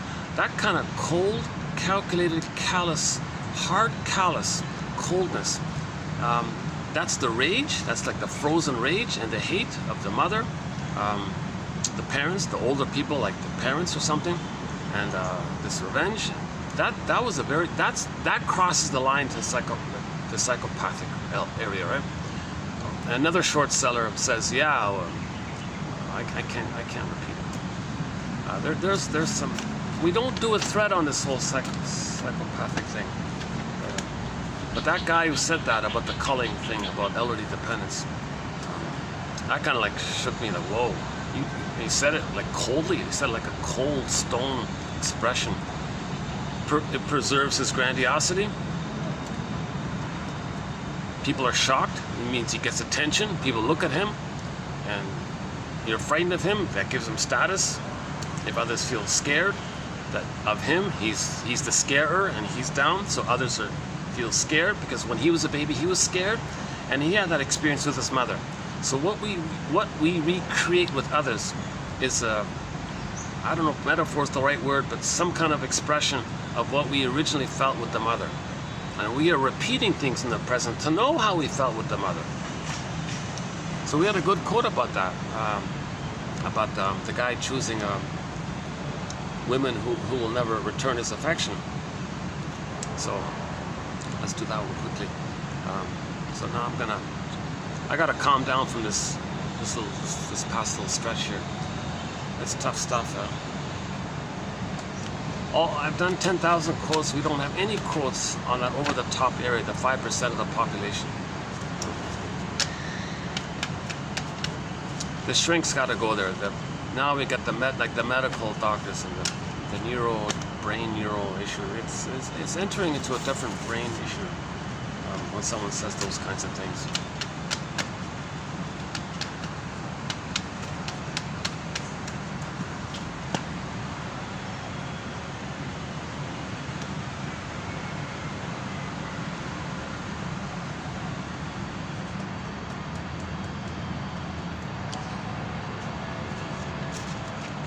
So we're dealing with mainly the 95% of us. The 5% that I tried to a little bit talk about today in part A. First time out of, that's why I'm maybe partially so anxious. That's the first time I've tried to talk. We do have a couple of quotes on the Neurotic phenomenon. The Neurotic by Edmund Burglar. That the reaction of others is the fantasy that mother may have responded to them. So getting a reaction from others, and that the extreme efforts to get that reaction, that's how helpless the baby was to get a reaction from the mother. So he's over the top trying to get a reaction from others. Oh, mother noticed me.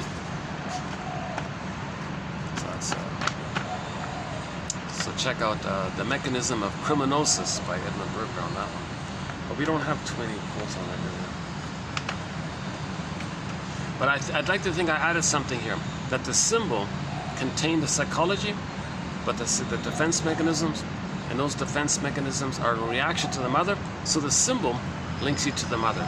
So people who worship the guy with the horns or something, that's code for gotta save the mother, loyal to the mother, they become her. It keeps them connected to the mother. It's called attachment theory. The baby can only know himself if he's loved. If he's not loved, he's got to imitate her. Now he's worshiping her. Sees the mother like that. And then back to that image with the guy with the horns. Maybe when the baby's enraged, okay, so he feels shame. Okay, so in mythology, the emotion of shame is this burning, biting feeling. And so in the hell scene, it's the fiery and all this. That's a metaphor that the baby felt shame, embarrassed, burning, biting feeling. This burning, biting feeling is depicted in mythology. In the hell scene, that's shame. So in other words, hell means shame, put it that way. Hell is a metaphor for a picture, like artwork, for the emotion of shame.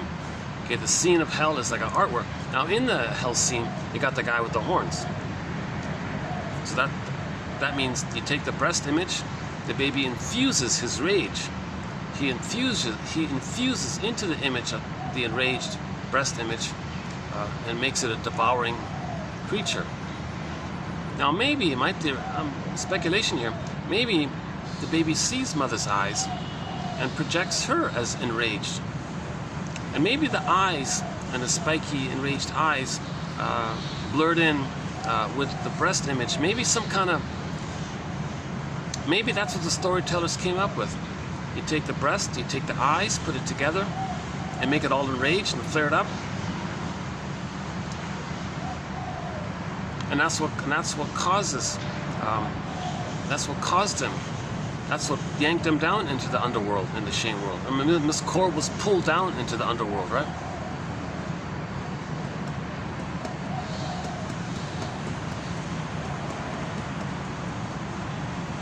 Other people say it's not about that. It's the storytellers would use the enraging bull.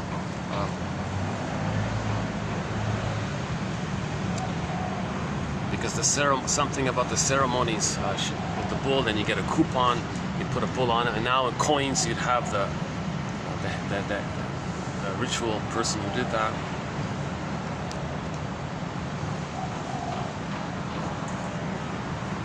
Oh, okay. Yeah, I'm having an off day today. You're not seeing me in a very cheerful, upbeat mood here. Sometimes that happens. Depends on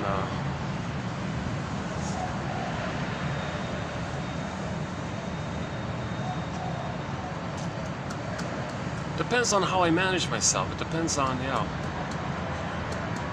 different things.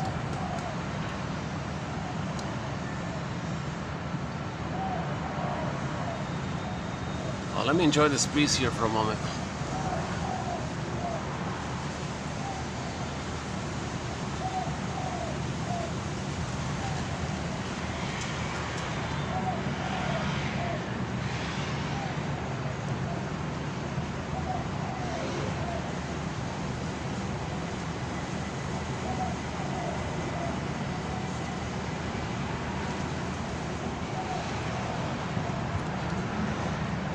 And to give myself a little permission, I sometimes do clumsily struggle with a concept and let it incubate. I'll put it aside, and in a future video, I'll be able to refine it and present it more smoothly. So maybe that's sort of my process that, like a lot of people might have that. I guess a lot of people have that process. When you're experimenting, it's a little messy, and then you clean it up, tidy it up, and make it more presentable later on. So you're seeing like the earliest, first preliminary grappling with this concept of worshiping some symbol that ultimately links you to the mother, still trying to save the mother. Well, we're homotromicus. We gotta forgive our mothers for not providing a secure attachment style. When they don't do so, they're trying to say that they didn't get it. Now we're moving towards empathy. And she's also a member of homotromicus. Now, if the mother's one of the 80% who comes from a place that was plundered and pillaged, well, that's really over the top, that she didn't get enough chance to offer a secure attachment style, because in many places there's poverty created. How's the mother going to provide a safe nursing experience of so much pollution and noise around them, and not enough food and all this stuff?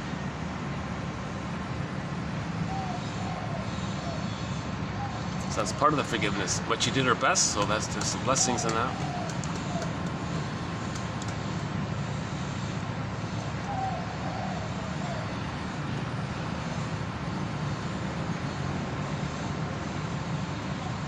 Okay, let's just yeah, on the lighter side. Let's read. Let's travel back to 1920s. Psychoanalysis was very popular in the 1920s. I noticed. I thought 50s was sort of the main blossoming of psychoanalysis. The 50s, maybe the 60s, but also the 20s had like a burst of. Okay, let's see here. The neurotic mother trains children for a neurotic life. Yeah. So long ago that'd be called a curse, right? Or fate or something. But no, it's not a curse or a fate. It's not some mysterious, invisible thing like that. No, it's just the mother traumatized the baby. The baby created a traumatic script, and he's recreating what caused it, thinking that by recreating what caused it, he's still in the past hoping to get the proper loved outcome that should have existed, that should have happened. And you're doing it again and again. What is a curse? Script? Well, if you understand that phrase, curse or script, as the template and the blueprint that the person created, it's more manageable like that, right? Instead of assigning it to some invisible, unknown.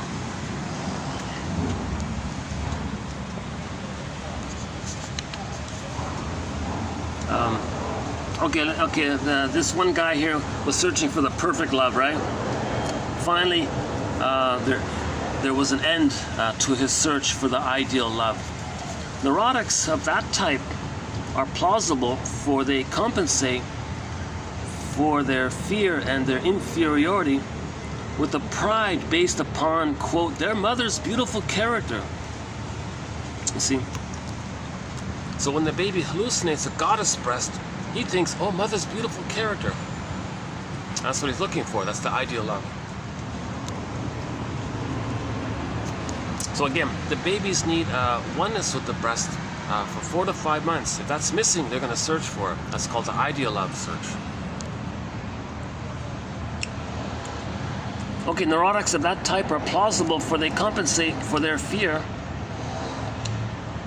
and their inferiority with the pride. Right? That's your narcissism, right? Because you are special with the good breast, right? With the pride based upon, quote, their mother's beautiful character. And this makes every woman appear very inferior in their eyes, proud of certain characteristics of theirs which they cannot help having. They childishly display an egotism and selfishness which makes them at times very ridiculous. For it says indirectly, quote, nobody is good enough for me. Yeah? So back to Miriam Minerbo, the lady would say that when she dates a fellow, if he doesn't give her everything, he gives her nothing. And it never works, right? Nobody's good enough for me, quote. When the search for ideal love results in nervous states due to egotistical starvation. Oh yeah, that's a fresh one. Yeah, that's a good one. That's a good one. Egotistical starvation. That's maybe another way of saying that the sponge dried out. The personality that absorbs the pain, buffers the pain, but meaning keeping the pain down, using the defense mechanisms, the tricks of the mind, right? To keep it frozen and not be aware that it's frozen, but it's frozen, it's pain, and your defense mechanism, lies and tricks. Well, maybe there's egotistical starvation. That's like the sponge drying up. The tricks wore out, kind of. He's getting older and older. Then psychoanalysis can help greatly by giving the neurotic insight into the fear of life and the parent-fixation, which is at the bottom of his romantic aspirations.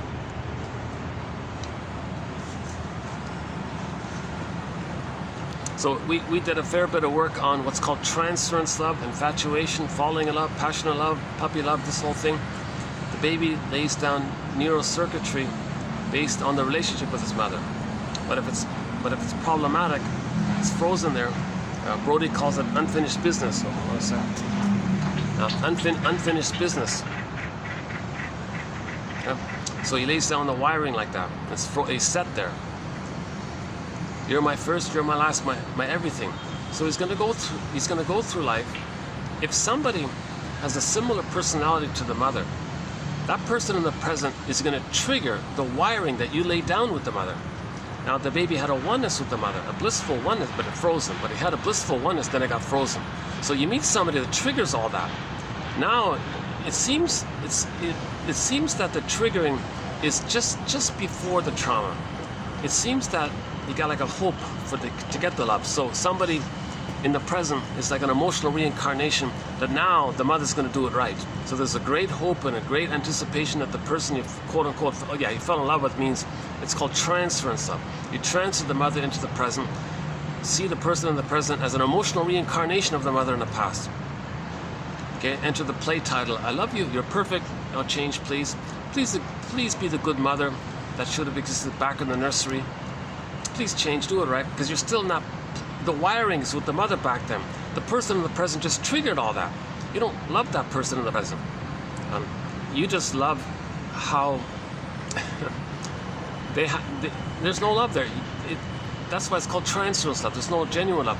That person just triggers the wiring with the mother. And now the fantasy is that person in the present, okay, that person in the present cannot invent a time machine, take the two back to the nursery and change the whole thing. So it's not going to work. It puts an incredible pressure on that person. They don't feel seen. Now the person might be doing the same thing to the other one, right?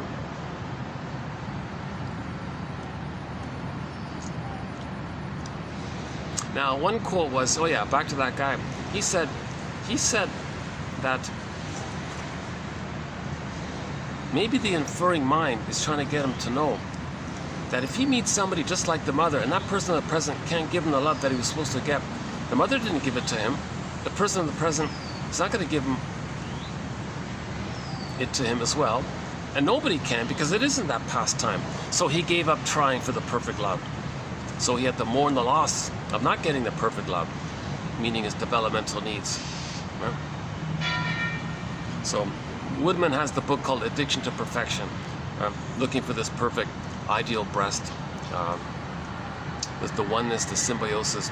Now, the falling in love period, the honeymoon, the blissful, spellbound, trance, wow, bedazzled, you're my first, you're my love, everything, or you're one, you're triggering the blissful feelings you had with the mother, but it's repressed and forgotten. The person in the present just triggered up that bliss that you had. In the beginning, it's oceanic bliss, the unico mystica, this blissful union, one with this powerful mystery. It's a blissful, excited, happy feeling, right? But but the baby forgot it, but it's recorded there. The person in the present just triggers all that up because they trigger the mother, and then hence when you're reminded of the mother, it flares up the wiring that you originally laid down with the mother.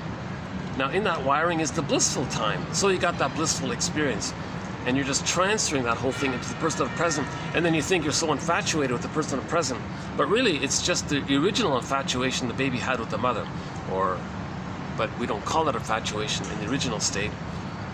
It's just a normal developmental phase. But if it's problematic there later on to go back to that, it's called infatuation, because you're dependent on hoping to see if you can get that past love that you didn't get, right? Oh yes, that was a good quote. He said, I get it now. I get it now. I gotta let go of this fantasy of the ideal love, the perfect one or something. I gotta find myself, forgive the mother, connection to myself, and then see the otherness in other. That's more like in the love area, when you can see the otherness in others, that they're people in their own right, they have a history, a three-dimensionality, they've got their feelings, they got to develop, they got their cry for love, they've got their record. Find out their humor, what kind of jokes do they like, find out their earliest memories, get to know them as people, find out their birth order. If they're the oldest, maybe the more responsibility. If they're the youngest, maybe they're the middle one, they feel ignored, or that might help a little. Find out their Enneagram type or something. Do they lie a lot? Because that duplicity means they're looking for the good breast.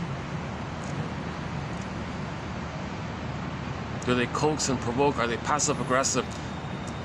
So find out their strategies, their cry for love, and see if you can deal with that or not. Might be too much kind of thing, right? Maybe they're looking for the ideal love, so they're not going to see you. And some women henpeck the guy in the attempt to control the breast.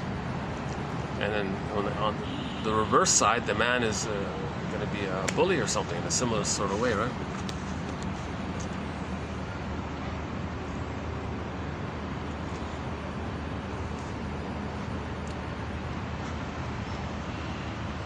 Okay, these next ones are sort of an assortment here by Mr. Tridon.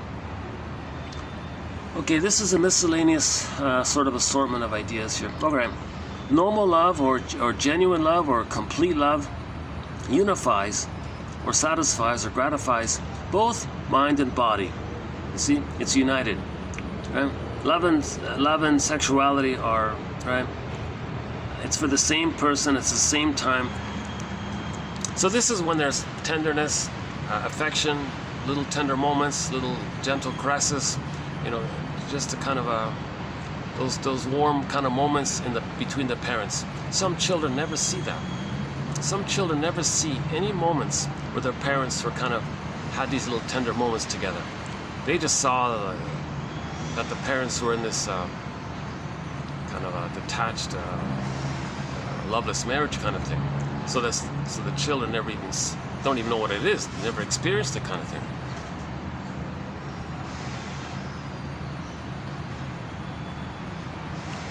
Now, who was saying this? What's his name again? Oh yeah, back to Wilfrid Lay. Yeah, one of his quotes from before, he said, if the 27-23, he said if the mother, if the guy marries a gal and he sees her as the mother and she didn't notice it or something, and later on she notices it, her unconscious may shut down because the taboo thing there, the mother and son cannot do that, right? So she'll shut down. The fellow will say, well, you're my mother. What does he do about his physical? So now there's a split. So he'll love the wife, but look for a mistress. So there's like a split like that. Okay, so the mistress gratifies the body, but starves the mind. Right? So the wife might be more like in the platonic love almost. So platonic love gratifies the mind, but starves the body. Hence the split, right? So in pop culture, it's the Madonna whore complex. I don't use that phrase other than just to identify that I'm not using it. But I think maybe a simpler one is maybe the wife-mistress complex. And then Lay was saying the mistress, he'll try to elevate to make her more valuable. And the mother, the mother, is angry at her. He tries to devalue her, but elevates the other one. Interesting thing about that, right? So the mind-body split, so wife-mistress split kind of thing.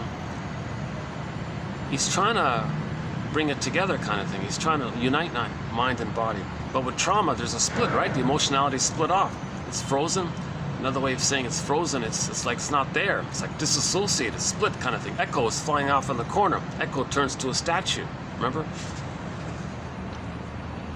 Okay, next one here. This one, he confused me here a little bit. I haven't looked back on this one here. Should winter mate with spring? He means should a man in his senior years, in the winter of his life, marry a lady in the spring of her life? Like should a 60-year-old marry a 20-year-old or something like that, right? The heartbreak of a 70-year-old husband deserted by his 20-year-old wife. So what about her? Many an attractive girl seeking the line of least effort has been known to prefer a union with a silly old man to the daily struggle for existence. Usually there's going to be a fixation on the father image, indicating a morbid, neurotic disposition. And later on he said, well, maybe this runaway wife, finally, maybe she may have gained her normality and awakened from her absurd dream.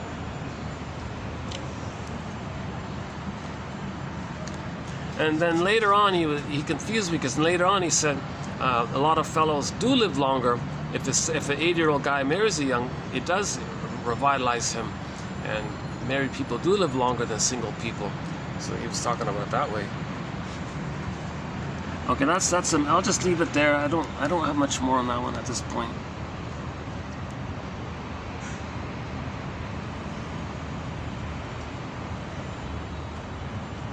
Okay, next one. Neurotic women who do not wish to become mothers and then rebel against motherhood often engage in reaction formation, counterphobia, via overindulgence. They pretend to idealize the children, overindulge them, spoil them. They don't deny any of their wishes. And the result is the spoiled child becomes unfit to face life. So we do have a thread on one of the defense mechanisms known as reaction formation. Something you don't know, but it's a wish, but you don't know it's there. The only way to know it is your conscious opposite version of that. So here, the mother didn't want a child, and she didn't want to be a mother, but she had the kid. So something flips. She does an over-the-top exaggeration of it. So this overindulgence was a way. So she took conscious pride in all of the attention and showering the love, showering the child with gifts. But remember, children need your presence, not your presence. So there's a case scenario where if a mother is overindulging the child, spoiling the child, really underneath she didn't want to have the child. And the way not to feel it, the way to keep it repressed, the way to keep it denied, the way to not know it, is this over-the-top reactivity of the opposite. It's called reaction formation or counterphobia. So that's a tough topic, this reaction formation. So I thought that might be one example of it. Okay, another miscellaneous one here. Mothers always adore their sons, young and old, for they behold in them males whom they can easily dominate. So some mothers want to have the "I'm okay, you're not okay." So if they have the sacred trust of the helpless, powerless baby, she can brainwash that child to make that child dependent on her. And she always feels above the child. You see? This is easy to do. Masterson and Rinsley and others say, oh, there's that helicopter again. So when the baby has needs, mother withdraws. When the baby's crying, oh, mother's there. So the baby's rewarded for regression, but punished for his autonomy. That makes the child need her even more and dependent on her. Because when he only gets love when he's down and out. He doesn't get any love for his autonomy. So he never knows himself. And that means he's unhappy when there's the mother. And that's in his memory system.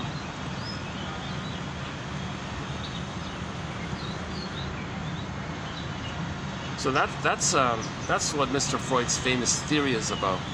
If the child has an over-attachment to the mother, and there's not enough father around, see that's so-called mother complex or Oedipus complex. Don't take that literally. That Greek myth was a metaphor for the dynamic of a dysfunctional triangle. If the mother's angry, if the child is angry at the mother and thinks they worship the mother but and hates the father, or the father didn't protect the child from the abusive mother, this is the whole so-called Oedipus complex. His daughter's the Electra complex. The mother doing this has the Jocasta complex.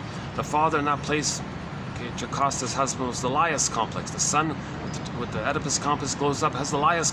So this whole Jocasta, Laius, Electra, Oedipus, this whole mesh, that's the original myths to describe dysfunctional families where the child's over-attached to the mother, either overly hating the mother and wanting the father and idealizing the father, splitting, or overly too fused with the mother. In the memory system, the fusion is still there, and there's no absent father, or the hatred at the mother, they split it and displace it to the father. So they think they worship the mother but hate the father. This kind of splitting, that's the Oedipus complex, Electra complex, Jocasta complex, Laius complex, etc.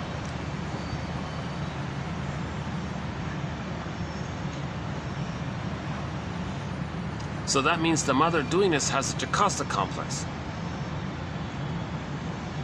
Jocasta style of mothering means when a mother uses the baby to meet her unconscious needs. If she has the unconscious need to say, I'm okay, you're not okay, so she's using the child for that. The child's golden ball will get locked in a cage, and the key will be under her pillow. Iron John story. Okay, next miscellaneous one here. Her craving for motherhood, a desire for the superiority which age and bodily size will give her over infants, helpless and inarticulate. She can dominate with the minimum of bodily strength and mental effort. One time she said that children should always be babies. Okay, makes her feel important. Children always dependent on, can't leave them, they run to them, she feels important. So she creates the trauma to be needed, and she feels important. Right? In one of the symptoms of Homo traumicus, the 48 symptoms of Homo traumicus, there's one reference to a film, an indie film called Inferiority, written as two words, as in what line of work are you in? Somebody might say, well, I'm in retail, or I'm in sales, I'm in marketing, I'm in security. So these two guys ran a shop that sold home alarm systems in some small city. And it was a close-knit community, everybody was friends, it was peaceful, everyone knew everyone, but they weren't making any money. There was no crime in that place.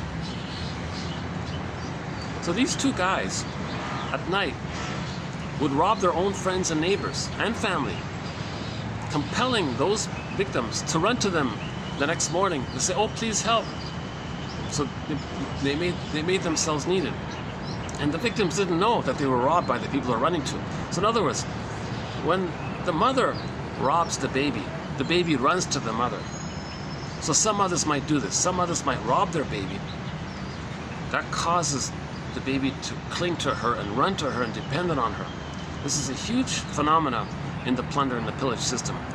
So this is one symptom of Homo traumicus. So I think that little indie film called Insecurity, not a famous film, maybe, I don't know, maybe 20 years or something like that. It's an older indie film, not well known. But it's a good metaphor for this psychology. So that thing that we see in the film, where the two guys rob their neighbors, and then the victims would run to the people that hurt them. Well, that's the prototype. They're saying, those two robber guys, they're saying that when they were babies, mother robbed them. They've identified with the aggressor, robbed their neighbors. When they were a baby, they ran to the mother. Well, the victims ran to them, same way they ran to the mother. So some mothers do this. So mothers doing this are using what's called the Jocasta style of mothering.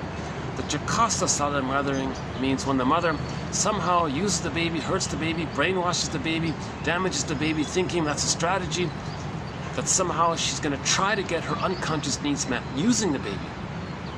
Okay, she's traumatized if she's doing this. It had happened to her. We got to forgive her for doing this because it had happened to her. Understand her about why she did this, and that's why we have these 10,000 quotes. Okay, next sort of miscellaneous one here. When mother love is lacking, or when a mother hates a very young child, the psychologist must look for morbid unconscious influences. Steckel tells of a woman who was very fond of 3 of her daughters, but for some mysterious reason detested the 4th one. Analysis revealed that she imagined she saw every one of her husband's faults reproduced and magnified in the unfortunate child. Unwilling to accept her dislike of her husband, the mother had transferred it to the child, who served as a scapegoat in various ways. If people can just get this point here, this shocking realization that if a parent hates the child, holy crap, they're operating out of the of the emotionality. That's the mother. They've transferred the mother onto the child, and unconsciously they hate in this case, the husband or the mother. So first, the mother here hated her mother. married the husband, so hates the husband, hates the mother. Has a child, sees the child as the mother. Now, the child's safe and helpless and powerless and inarticulate and all this, helpless, dependent. So it makes her feel very safe to act out her hate towards her mother. The child is scapegoated. Irrational, psychotic? No, the baby is not her mother. The baby is not their own grandmother, grandparent. The baby might be saying, "Mother, what are you doing? Why are you hating me? I'm not your mother." Mother doesn't get it. No, and she just makes excuses. So she's doing something psychotic, hating the fourth daughter here, but she cloaks it over with excuses and rationalizations. Well, you did this little thing. The other three kids didn't do that. Well, that's because I was misled. I thought you said I could do this or something. No, you're lying. You're making it up. That's how bad you are. I hate you. So the mothers can easily twist things for that and create excuses for the agenda of hating her own daughter. So that's a very good example of the triangulation effect. Mother hates her mother. The father may stand in for the mother. So the father is just a new version of the mother. But the mother cannot direct her hatred at her original mother or the father. Enter the third, the child. So now you got the emotional triangle and the scapegoating. Okay. Now a symbol to represent this psychology maybe is the guy with the horns. So she doing this, there's a little demon, or a bigger demon now. A medium-sized demon floating in the air kind of thing. Now if she can know what she's doing and own the projections, the demon can turn into an angel. Right?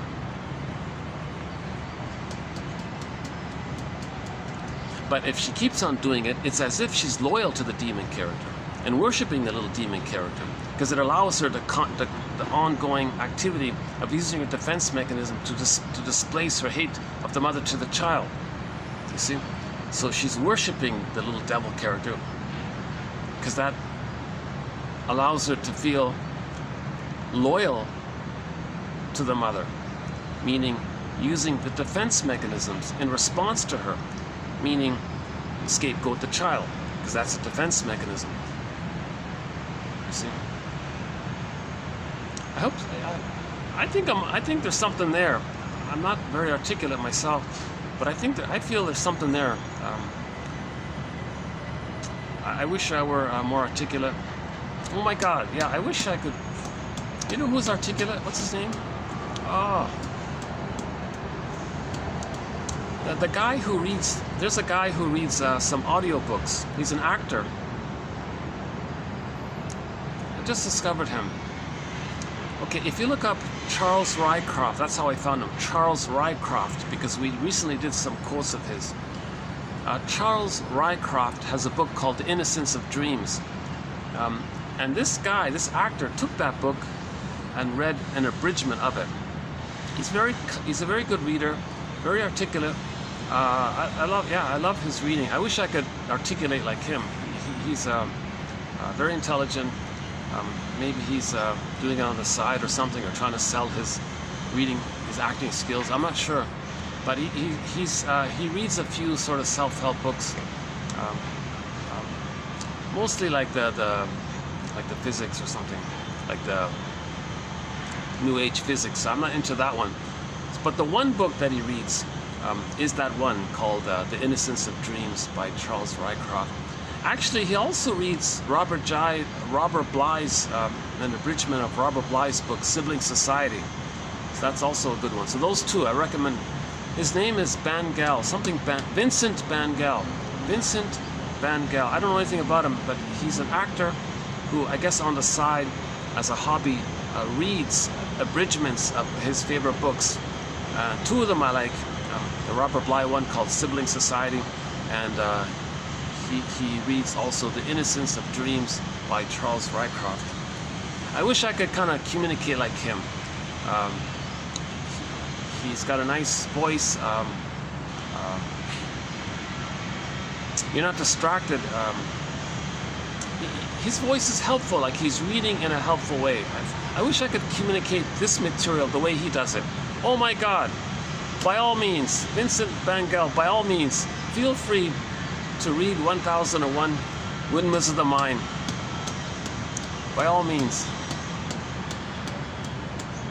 Because finally, somehow, this material, I think, belongs in every iPhone. People over 40. So people over 40. Okay, it belongs in every iPhone, and on your 40th birthday, it'll be opened up for you if you want it. Or 35, the earliest.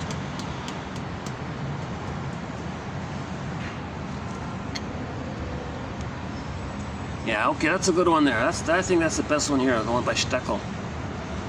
The woman who hates her daughter because the daughter, she thinks, is literally her hated husband and her hated mother. And the poor daughter's getting scapegoated. And while she's scapegoating her daughter, she may have some schadenfreude and cynicism and mocking. Okay, this is a shortcut for her to maintain her feeling of being superior, to deny her feelings of shame within. Okay, next one here. To some neurotics with a sense of inferiority, an affair, an extramarital affair, seems to be the sole means of restoring one's self-confidence. Quote, I am of no account at home, but to someone else, I mean the world. Yeah, so maybe that's the old stuff. Maybe that silly old man feels important by the young lady who admires him or something. Okay, that's not too. Okay, next one here.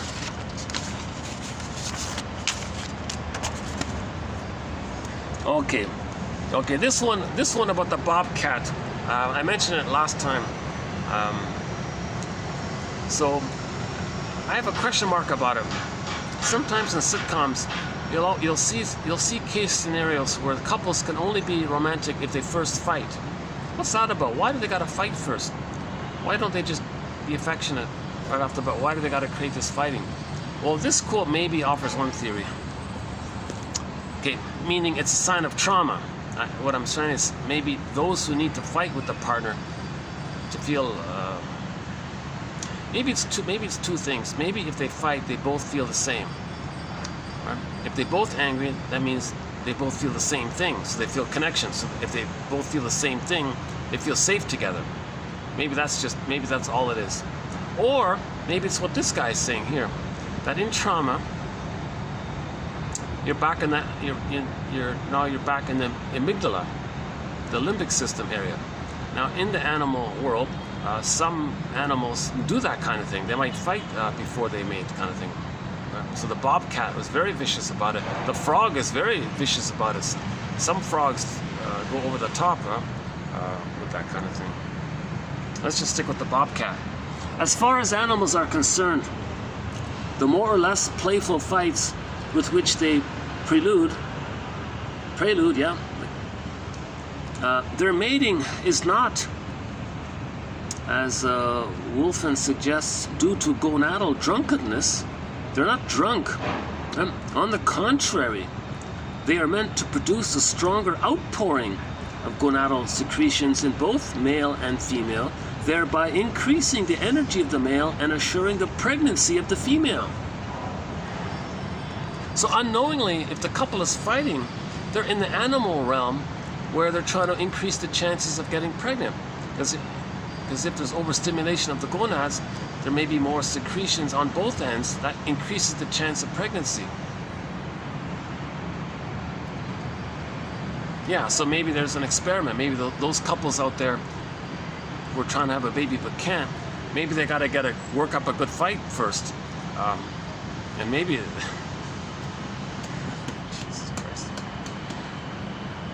But I think it's a sign of trauma. I think it's a sign of trauma. If there's a lack of affection and tenderness and caress, and you got to revert to some kind of animal world of, well, let's get you pregnant kind of thing. You got to go that way. So the bobcat was, the two cats were fighting and the female was fighting with the male, and the male had to get very angry with the female, but she helped create that because the cat and the female cat and the male cat, it's about reproduction, all this. So they would fight first to increase the secretions on both ends, to increase the chances. So in sitcoms, when they're fighting, are they neurotic and revert to the limbic system area of the bobcat world? Okay, next one here, another miscellaneous one here. Okay, this is sort of sort of related. Civilization has changed those kinds of things, like the bobcat love, right? In neurotic states, however, we always observe a return to archaic modes of action which are more direct, instead of levying tribute.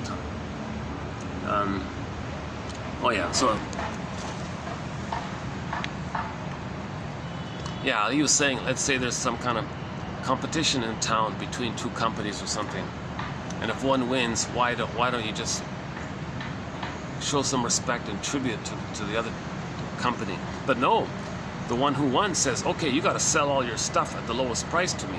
So there's like this aggressive, archaic thing that took place long ago.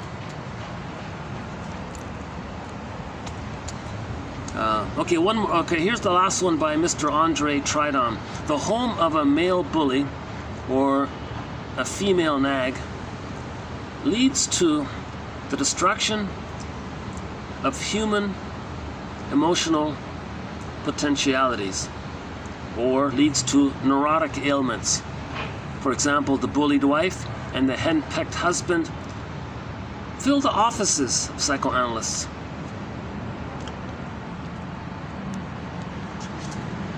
Hostile dependent.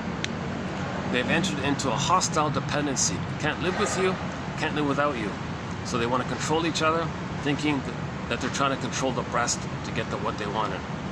So she says, so no, you be the good breast, I need it. No, you be the good breast. So now they're dependent on it. Now they can't live without the breast.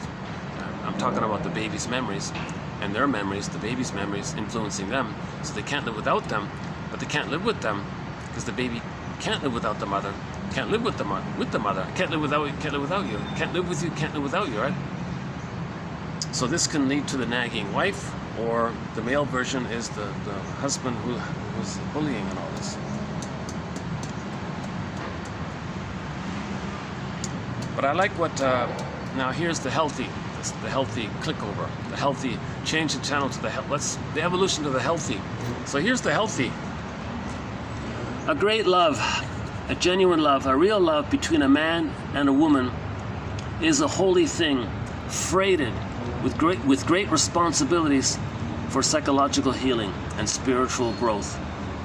Again, a great love between a man and a woman is a holy thing, freighted with great responsibilities for spiritual growth. So if a couple gets married, that marriage is freighted, it's loaded. There's carts filled with responsibilities for healing. It's an opportunity for healing. The potential for healing is there. The responsibility is there for healing. When a couple gets married, they have a responsibility to make eye statements together, to create a ritual where they make eye statements together. Okay, so TQ 2360 is a good place to start, by Susan Campbell. Okay, here's the one about evolution, right? There are things down there still coming ashore. Right? Like in the ocean, there's evolution, and in the muck, there's evolution, and some fish even try to climb the trees. Even there are things down there still coming ashore. Never make the mistake of thinking life is now adjusted for eternity. It gets into your head. The certainty, I mean, the human certainty. And then you miss it all. As with the evolution of the struggling fish, there are no preset paths or guarantees in the psychotherapeutic journey. We may have a well-reasoned hypothesis or just a hunch, but we really don't know what will come ashore. So the metaphor is, just as there's outer evolution, there's inner evolution. And part of evolution includes healing when we're wounded. So healing when we're wounded is also part of evolution. So just as there's literally today fish trying to climb, apparently some kind of perch or some kind of perch fish climbs trees. They think that that's a sign of their evolution or something.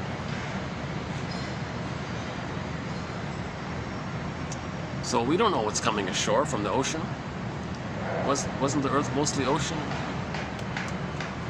So humans are in that mode. We're all evolving, right? And you're never alone. The conscious self, or the I-self with a small s, tip of the iceberg, you've got this bigger id-self with a capital S in connection with nature. Yeah? Oops, 1 second.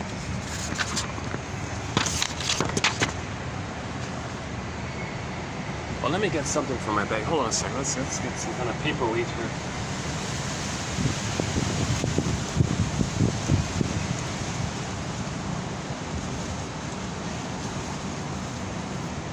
Okay, let's use my umbrella. All right, that's not gonna work out.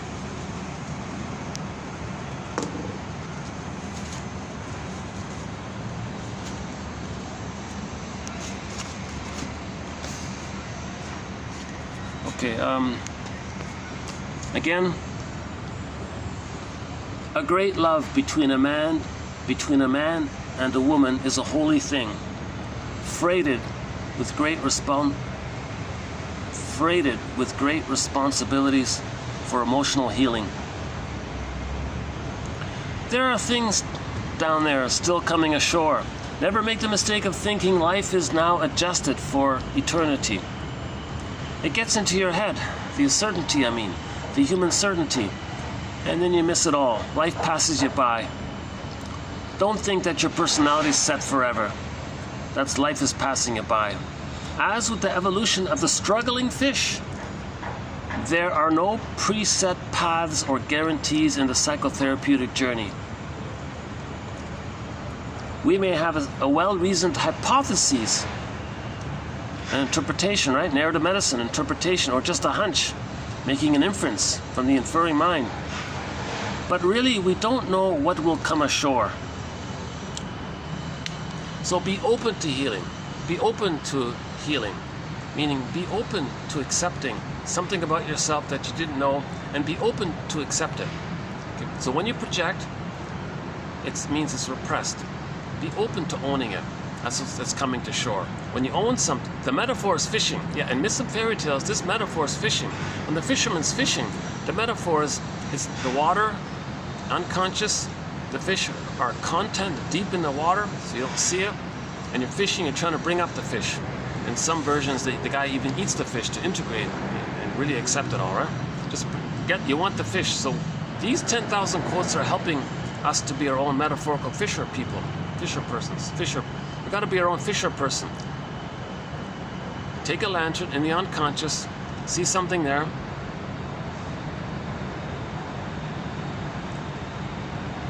Or like take a boat on the ocean, and you have a lantern, and you've got a fishing rod.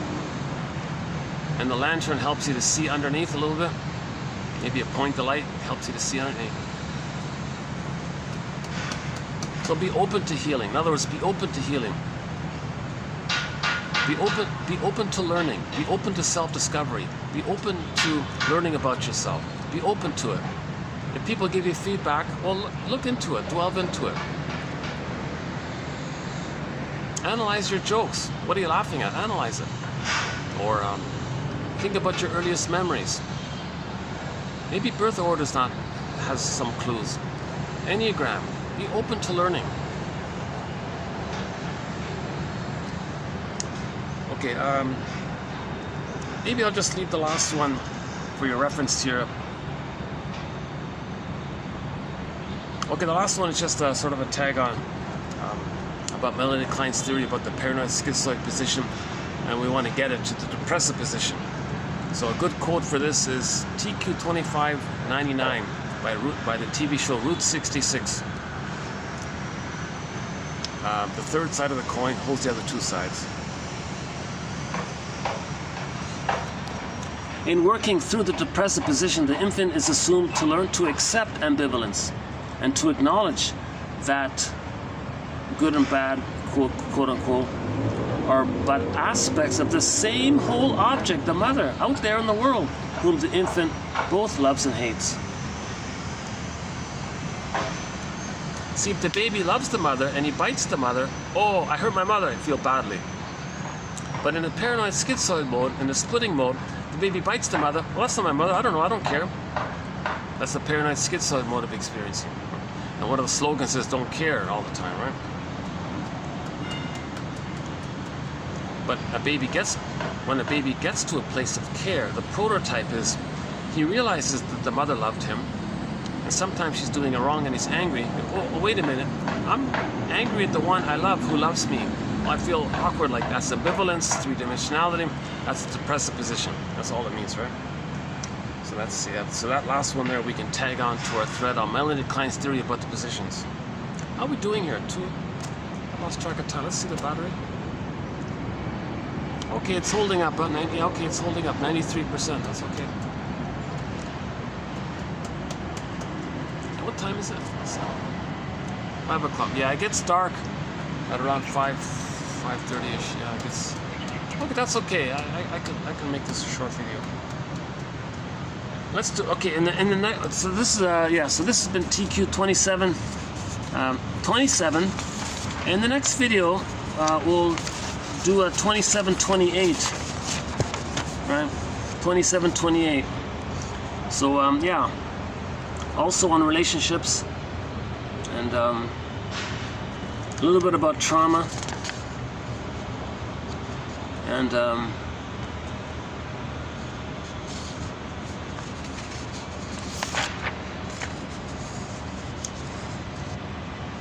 oh yeah, one about the Tylenol. Yeah, okay. Yeah, that's interesting. Okay, this one by the Scarfs, Jill and David Scharf. Yeah, that's a good one. Okay, and some other sort of interesting ones. Yeah, okay. Okay, a little bit of jargon. So let's save it. Let's save it.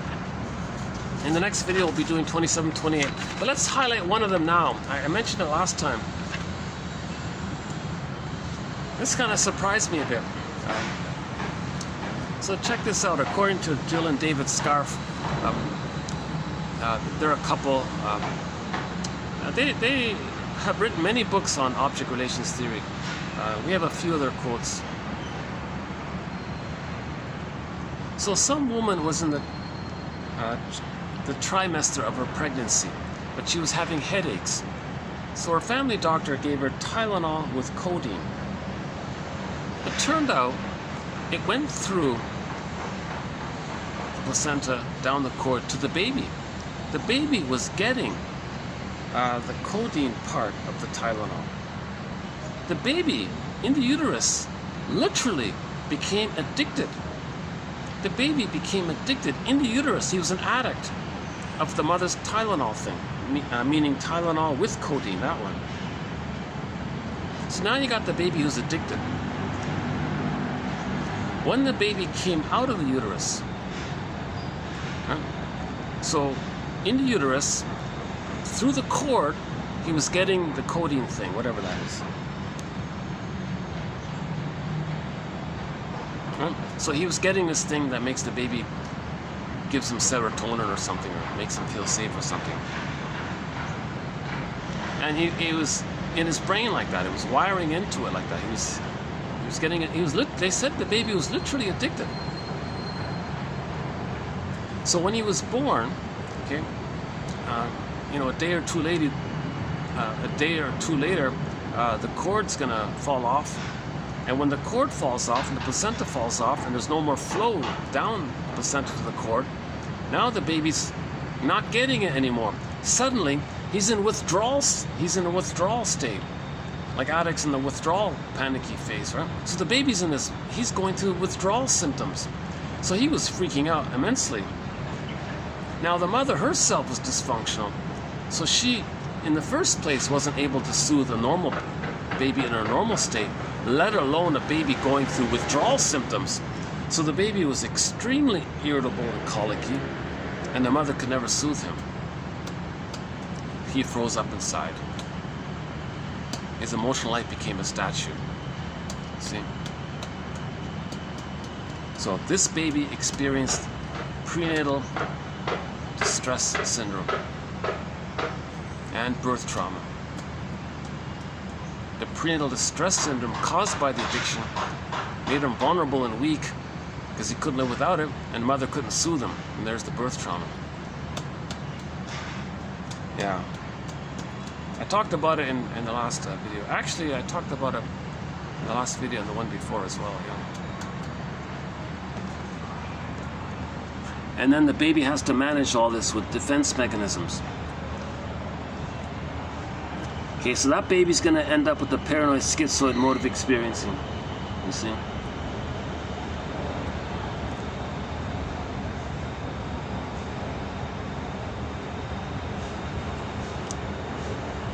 Okay, unrelenting migraine headaches in the last trimester with Margaret, for which the mother was medicated with Tylenol with codeine. Consequently, the baby, Margaret, was born addicted. Mother and baby had to go through withdrawal, leading to the baby's irritable inability to be soothed.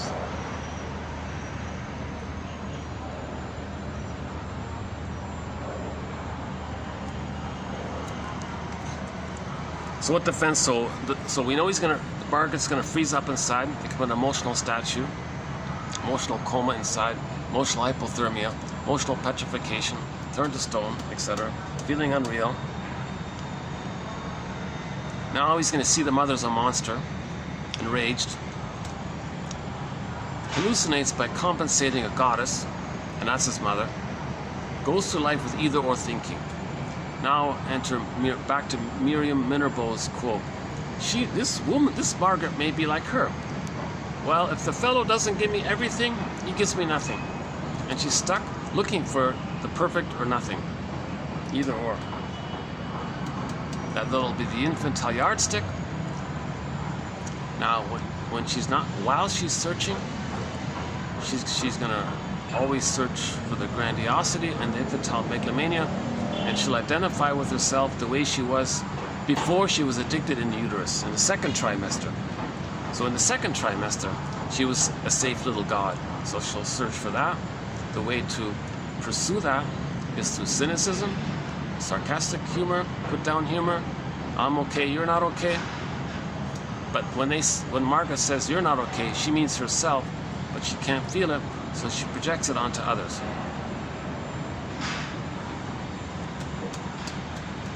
Now the psychology, you package up, you bundle up all the and other defense mechanisms. You bundle all that package of defense mechanisms and create a character and say the character, associate some kind of character with that package of defense mechanism as a convenient hook. So she'll worship this little devil characterette and be loyal to it, because that devil character expresses or contains those defense mechanisms which the baby adopted in reaction to the trauma. Oh, hold on a second.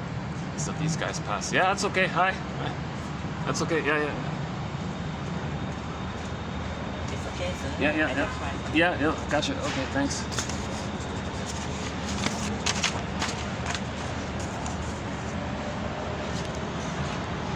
Oh, polite guy, very nice guy.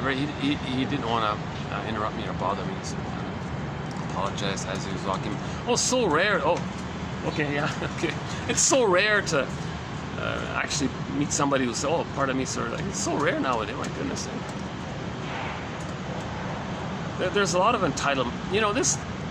Somebody, we had a quote about like the road hogs and people, the sideway hogs, and stretching their elbows when they walk, and that's a sign of their grandiosity.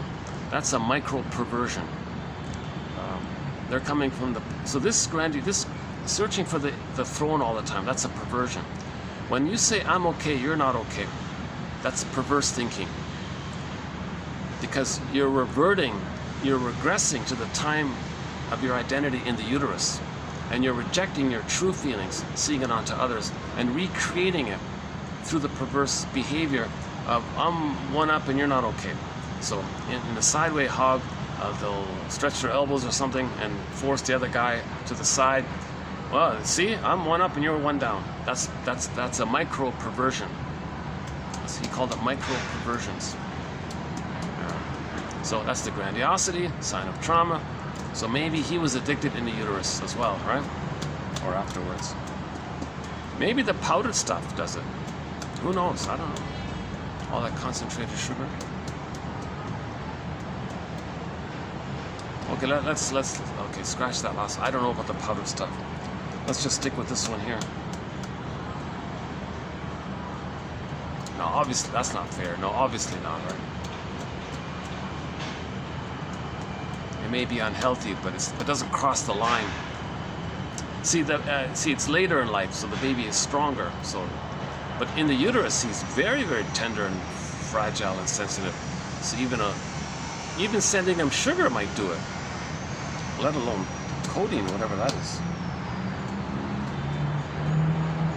And I did a quick Google search. It says it in there. It actually says it on the website. Mothers who are pregnant should not take Tylenol with codeine. It even directly says it on there.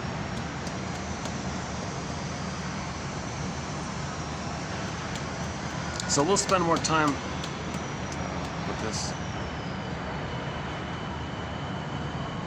The unconscious choice of a partner. Well, it's to repeat aspects of the past in the present.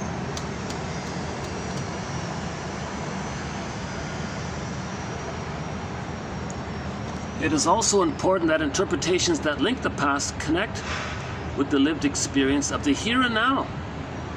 Otherwise, the more specific and the most important, therefore, may not be discovered. So a very common interpretation is to identify the pattern when it began and to see a specific live here and now reliving of that pattern and to catch yourself and all that and link it all up like that. I've got this pattern.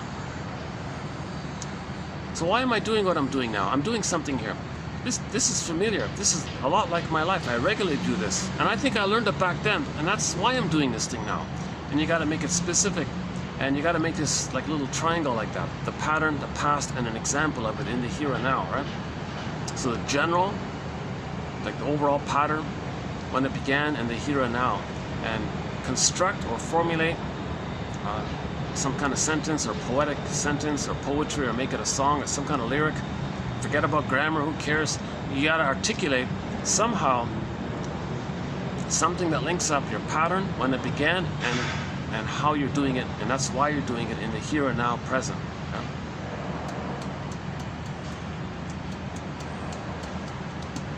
Yeah, okay. And let's enjoy this peaceful weather now. This yeah, the weather's really nice now. Yeah.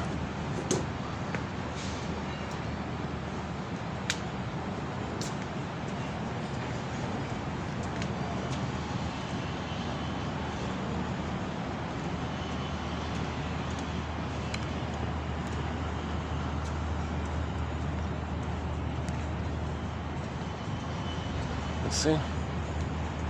Oh, the pool is busy. Okay. Oh, I'm leaving at a good time. Yeah, they're setting something up here. So yeah, let's wrap this up. Let's take a quick peek here and wrap this up. Yeah, no sunset, but anyways.